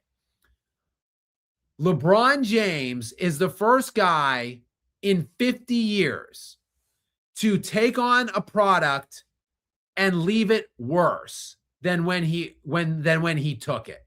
This guy destroyed the sport of basketball at the professional level in the NBA. He ushered in the era of player empowerment and player movement, super team stacking, lack of competitiveness, the destruction of competitive balance for that matter, and guys sidestepping obstacles, taking the easy way out, cheating themselves and the game. That is the legacy of LeBron James. That is what many of the star players in the LeBron era have done because he did it first, and they've just followed him around like the Pied Piper throughout his era. So hopefully the Giannis's, the Nikola Jokic's, the Victor Wembanyama's are here to save us. I think Giannis is likely out, and I'm okay with him being out under his circumstances. But Jokic is likely going to end his career there, and Victor Wembanyama is likely going to end his. So two of the very best players of this or any era, hopefully, will be staying put, and now we will be back on the right path, and these guys can help try to fix and save the sport like Bird and Magic did, these young guys like Wembanyama, like they did in the 1980s. But good question. The worst of the worst, Ruthless Raider. And, of course, we've got Ruthless Raider back-to-back. I'll just take this one, Gary. I'll read this one from Ruthless Raider. I refuse to read that anyways. I'm sure you do. Just count your money, Gary. Run your cash through your counting machine. The Last Choke, the legend of La Flaming Feces. I like that. That's a very good name. Maybe that will have to be The Last Choke Part 2 if I put that out sometime either this year or next. I'll have to keep that name in the running, Ruthless Raider. We've got Squish back in yet again. Gary, go ahead with Squish and that latest question. Don't get me started on this one. Do you think the LA Dodgers are like the OKC Thunder? Well, maybe in the standpoint or the sense that they're both unbeatable, or that they have too big to fail teams, though the Dodgers do fail a lot actually in the playoffs. So really not the case, it would seem in their from their standpoint. But, and I will also say this, the Thunder didn't draft Shai, but they acquired his rights early on in the game in a trade that it looked like they were getting the lesser of the pieces. They got a great package, but the star guy went out that brought Shai in. And then they basically drafted the rest of that team for a large part. Like, yes, Hartenstein's from outside, like McCain, some of the players, but largely they have drafted those players or acquired them the right way. So they are not an inorganic mercenary team like the LA Dodgers are. So while the outcome may be the same in two elite, jacked up, super looking teams, one team built theirs the right way, the others didn't. The other didn't in the Dodgers. But that's just the name of the game in baseball, right? Like, who has the most money? Who has the biggest payroll? Like, you can pretty much extrapolate out how many wins these teams are going to get based on the amount of money. And there is an outlier every year at both spectrums. Like, there's one team with like 250 plus mil that stinks, and there's one team that has like 60 to 90 mil that's elite. So there's at least one outlier a year, but by and large, these teams with like 250, 300, 310 $million pay caps are the ones that are like in the mix at the end of the years. And that's why, as like a Pirates, as a Pittsburgh native and a Pirates fan, like, they finally have neared 100 million on the pay cap. Like, typically they're like around 60 or 70 every year. Like, the bottom three, I think they're like just the bottom 9 now. So a little bit better, but still there's teams like the Phillies, just in my own home state of Pennsylvania, like 308 million or some shit. So like, how is a team with 100 million supposed to feasibly compete with a team with 300. That's why I always root for the the smaller market, lower capped underdog team when I'm looking at when I'm watching the baseball playoffs personally. All right, next and finally, in from Serbia, Burka, my one of my Serbian brethren. What is up? It looks like he's saying 2 of 2. I guess I missed. Oh, did I miss one somewhere along the line from him? I asked him. I told him I didn't recall seeing a 1 of 2. I don't know. I'll keep my eyes out. In the interim, Gary, just read this one that we see, and thank you very much for coming in, and shout out to you in Serbia, my Serbian brethren. Gary, go ahead with the question or comment. Have you watched I Am Legend with Will Smith? Yeah, let me take a sip. Let me take a sip of water here, Gary. If you can, just mute your mics because I'm echoing, because I really want to dig into this answer. I am really dragging right now. The tongue laceration is now starting to throb a little bit. My voice is wavering. I'm at the 2 hour and 50-minute mark. You need me to talk for a minute? Really? No, that's okay, Gary. We're at 3:15 a.m., but I really have to answer this question in detail because Richard Matheson's book, I Am Legend, is one of my favorite novellas that I've ever read. And I'm a well-read individual. I've read a lot of books in my day, believe it or not. Not recently, but when I was younger. And I don't really like horror things at all. I don't like horror movies. It's the one genre I don't really like. But that book by Richard Matheson is one of my favorite books ever. Furthermore, I really like Will Smith. And the movie was released with a special connection for IMAX back when it was released. It was going to carry with it the first 5 minutes of the movie The Dark Knight in the pre-movie. So before I Am Legend was going to be screened, if you went to an IMAX theater only, they were going to drop the first 5 minutes of The Dark Knight, which I was hotly anticipating that year. And a new theatrical trailer for The Dark Knight was going to drop as well. That movie released on my birthday that year. So I couldn't have asked for any more. One of my favorite books being adapted by Will Smith, carrying with it a movie trailer and 5 minutes that I could not wait for and be more highly anticipatory of on my birthday. Oh, goody. That movie was trash. It was garbage. I absolutely hated it. It ruined my birthday. And I actually saw, in hindsight here recently, that they did the movie the right way.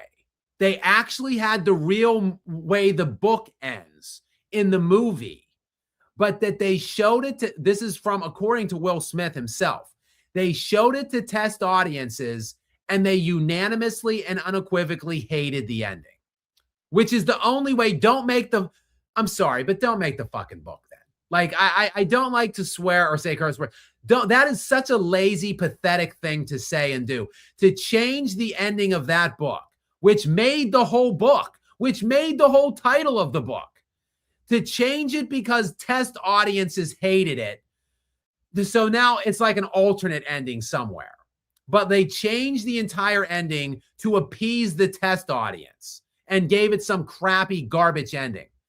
The real ending of the book was it was just an amazing story. So yes, I saw the film, Burka, and I hated it because the ending, they ruined the ending. And in ruining the ending of that story, they ruined the movie. So, and also the CGI was hot garbage as well. Go ahead, Gary. I hated it for another reason. You know why I hated it? Because, as to your point, they debuted the Dark Knight trailer. So we've been anticipating, wanting to know how the heck is Heath Ledger going to look as the Joker for a year and a half. We see the trailer. The entire theater erupted at the end of that Dark Knight trailer, which is one of the best trailers of all time, by the way. Yeah. Like standing ovation for the trailer. Now we have to sit down and watch this slow, boring, dull I Am Legend movie. And the whole time I'm talking to my friends and saying, I don't want to watch this. I said, I want to watch Dark Knight now. So I could not enjoy the movie, and I've never revisited I Am Legend because honestly, it was boring as hell. I think even if I hadn't watched the Dark Knight trailer previously. Yeah, it was trash, Gary. No need to rewatch or revisit that. And absolutely, the trailer for The Dark Knight is one of the greatest of all time. It is seared into my memory for all of time. I remember I wasn't a big fan of Heath Ledger at the time. I did not like the casting of him, but I trusted Nolan because I didn't like the casting of Christian Bale in Batman Begins. And then he crushed it. The movie was awesome. And then when they cast Heath Ledger, I'm like, wait a second. This like 25-year-old guy who was in 10 Things I Hate About You and Brokeback Mountain, this guy who's like a heartthrob rom-com guy that was in a gay cowboy movie, that guy is going to be the Joker. So like I was very skeptical, but I did believe in Christopher Nolan. And then the teaser of that trailer, before they put out the full 2.5-minute theatrical one that dropped with I Am Legend, they put the teaser out like a few months earlier that was no footage. It was just the bat signal, like the bat symbol was breaking apart and like light was like ripping through it. And you had Ledger's scene where he says, starting tonight, you see, he says, I'm a man of my words. Starting tonight, people will die. And like, it was that scene of just like 30 seconds. And I remember being bone chilled, just hearing the voice. And I was like, holy shit, the gay cowboy is going to knock this out of the freaking park. And when I saw that trailer, I was just like, well, I couldn't even say it exceeded my expectations because I was expecting legendary. And that's what the trailer was. And then in the movie, when I saw it, I don't want to get too far off on this, but when I saw that movie in theaters, The Dark Knight, 2008 release, I saw it. I'm still living in State College. I went to Penn State in college. I saw it with one of my friends, Chris Kugler. Shout out to him. And like a group of his friends that I didn't really know much, but I wanted to see the movie opening night. He was going with a group of people. I went with him. The whole theater was just silent for like a minute. Like when the credits rolled and it went to black or whatever, and you've got Gordon with the monologue, like he's the hero that we need, but that we don't deserve right now. The silent, the protector, you know, the Dark Knight, the watchful guardian or whatever, the Dark Knight, and then you know the bat is riding out of frame and on his bike, and it goes to what. Nobody moved or spoke in that theater for like a minute. And I knew at that point that I had seen one of the greatest movies I've ever seen in my life. Like superhero movie aside or not. Like that was one of the best movies I've ever seen. And it is still now, whatever, 2026 now. I said 2008 release. It is the best superhero movie ever of all time to me still. So nearly 20 years later. Just a terrific film, Gary. You just don't see the amount of Academy Award winners in a superhero film that one had with it. And a guy the caliber of Christopher Nolan directing it. Like, they just don't make them like that anymore. That was a fantastic film. I think I saw it 12 times in theaters, I believe. I didn't pay for them all. I would go see, because I used to go to the movies every week, like in the summer back then, because great movies came out all summer back in the day. So I would go see the different, blockbuster or big movie that was opening each week. And I would buy a ticket to that movie. And then after that movie ended, I would just kind of hang back in the hallway or whatever and wait till the next showing of The Dark Knight would start and just make it a double feature. I saw that movie like over 10 times in theaters, my most viewed in theater film. Anyway, Xavier DeGod is in for this latest one. Gary, I'll read it to us and I'll answer first, then you could answer it if you want. Xavier wants to know, will Gary and I ever do like a Kobe Duncan debate video? So like we could, I guess, but I think we don't, again, like we don't have much variance in these players' rankings. That's the problem. It's like with KD and Westbrook, like we'd have to set the parameters of the debate. I've got Kobe 2 all time, but I've got Duncan 4 all time. So like they're both Mount Rushmore players. So like I don't have much negative stuff to talk about Duncan. Like I can make a case, build a case for Kobe of why I think he's got marginally above Duncan, but like I have all the respect in the world for Duncan. Gary, what say you about the Kobe Duncan debate? This really isn't a debate. Xavier, there could be other topics we could debate, but I mean here's what it comes down to. Kobe had higher highs, he had lower lows. Duncan had a more consistent career, and the two of them are two of the greatest of all time. And that's it in a nutshell. And they're both, I'd say Duncan had more help, but Kobe had the better top line help. Like Kobe had the best player, but Duncan had better teams. So like, and they both had great coaches and et cetera. And they both played hard competition and they both did it the right way. Neither of them left. They both played great defense too. Like there's so many similarities and things to like and love about both players. That's why they're both Mount Rushmore players to me. So like, there's really not much of a debate about, I just really love both players. And I think both of them are undervalued and underrated in the overall outlook of the NBA. The fact that the consensus is LeBron's above both, the consensus that Larry Bird and Magic Johnson are above both. Like, I just don't see it that way. Like, they were elite two-way players that won 5 rings each with, like, while I say Duncan had more help, like, okay, Duncan won multiple rings without a top 50 player. Kobe won multiple rings without a top 50 player. Like, Larry Bird had multiple 50-win players to win all of his rings. Magic Johnson had multiple 50-win players to win all of his rings. So, like, I don't understand, like, where the criticisms or, like, where it's just, like, consensus somehow that, like, all these guys got above Kobe and Duncan. More so Kobe, I think. Duncan's a little more respected in hindsight than Kobe, but not by much. Okay, guys, we just went over the 3-hour mark. We are now nearing the 3:30 a.m. mark on the East Coast. I have finally dispensed of all of these very generous and much appreciated super chats from all of you guys out there. We still have over 300 people here, as always.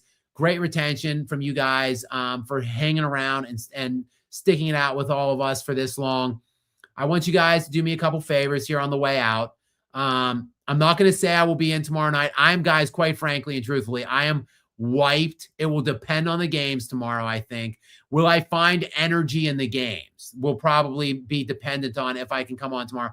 I also have some things personally going on tomorrow night, so I'm not certain yet of my schedule tomorrow. There are those 2 games now though tomorrow, and every day, every other day, the games are kind of rotating. So we do have 2 on the slate for tomorrow, but not certain if I'll be here. I do want you to do me, please, some favors on the way out. Check out Sully's video, Sully's Tech Hub video, if you can. If you saw that link, I did just get another super chat in here. So I'll hit that too. But check out Sully's latest video. Check out Gary 828's videos and channel. He's got a sports channel and a regular channel. Just check out Gary 828, and you can find his content. Give it a watch and a like and a subscribe. And obviously, guys, please make sure you subscribe to me as well and turn those notifications on. But I did get Ruthless Raider come back in with another super chat. And as you guys know, I'm so thankful for you and your generosity. I will never knowingly or intentionally leave a super chat unanswered. So, Gary, go ahead with Ruthless Raider 78's, whatever, his like 4th or 5th super chat of the night. Will a skid mark's legacy be more celebrated or widely criticized as La Thunder Dump remains a smoldering fudge stain on the soiled drawers of the NBA? These questions, these super chats by Ruthless Raider, they're really something else. I mean, it's gonna take you a while to.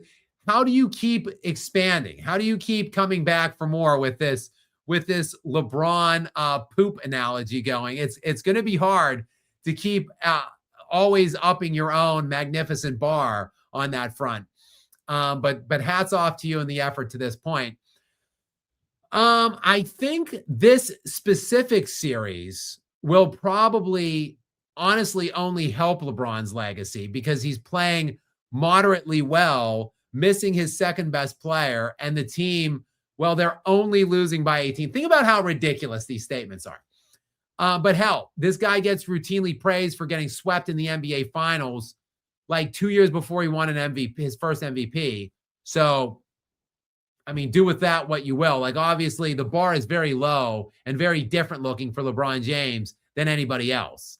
But overall, interestingly enough, Ruthless Raider, I feel like as time passes from LeBron's the end of his career, when he actually does retire, probably the end of next year, maybe, I feel like the more and more time that goes by after that retirement, the less and less favorable history is going to be for LeBron. I think there will be more people that are coming out and ripping this guy and questioning the sanctity of his legacy, like I have been doing for years now. Even before I was on YouTube, I was doing it.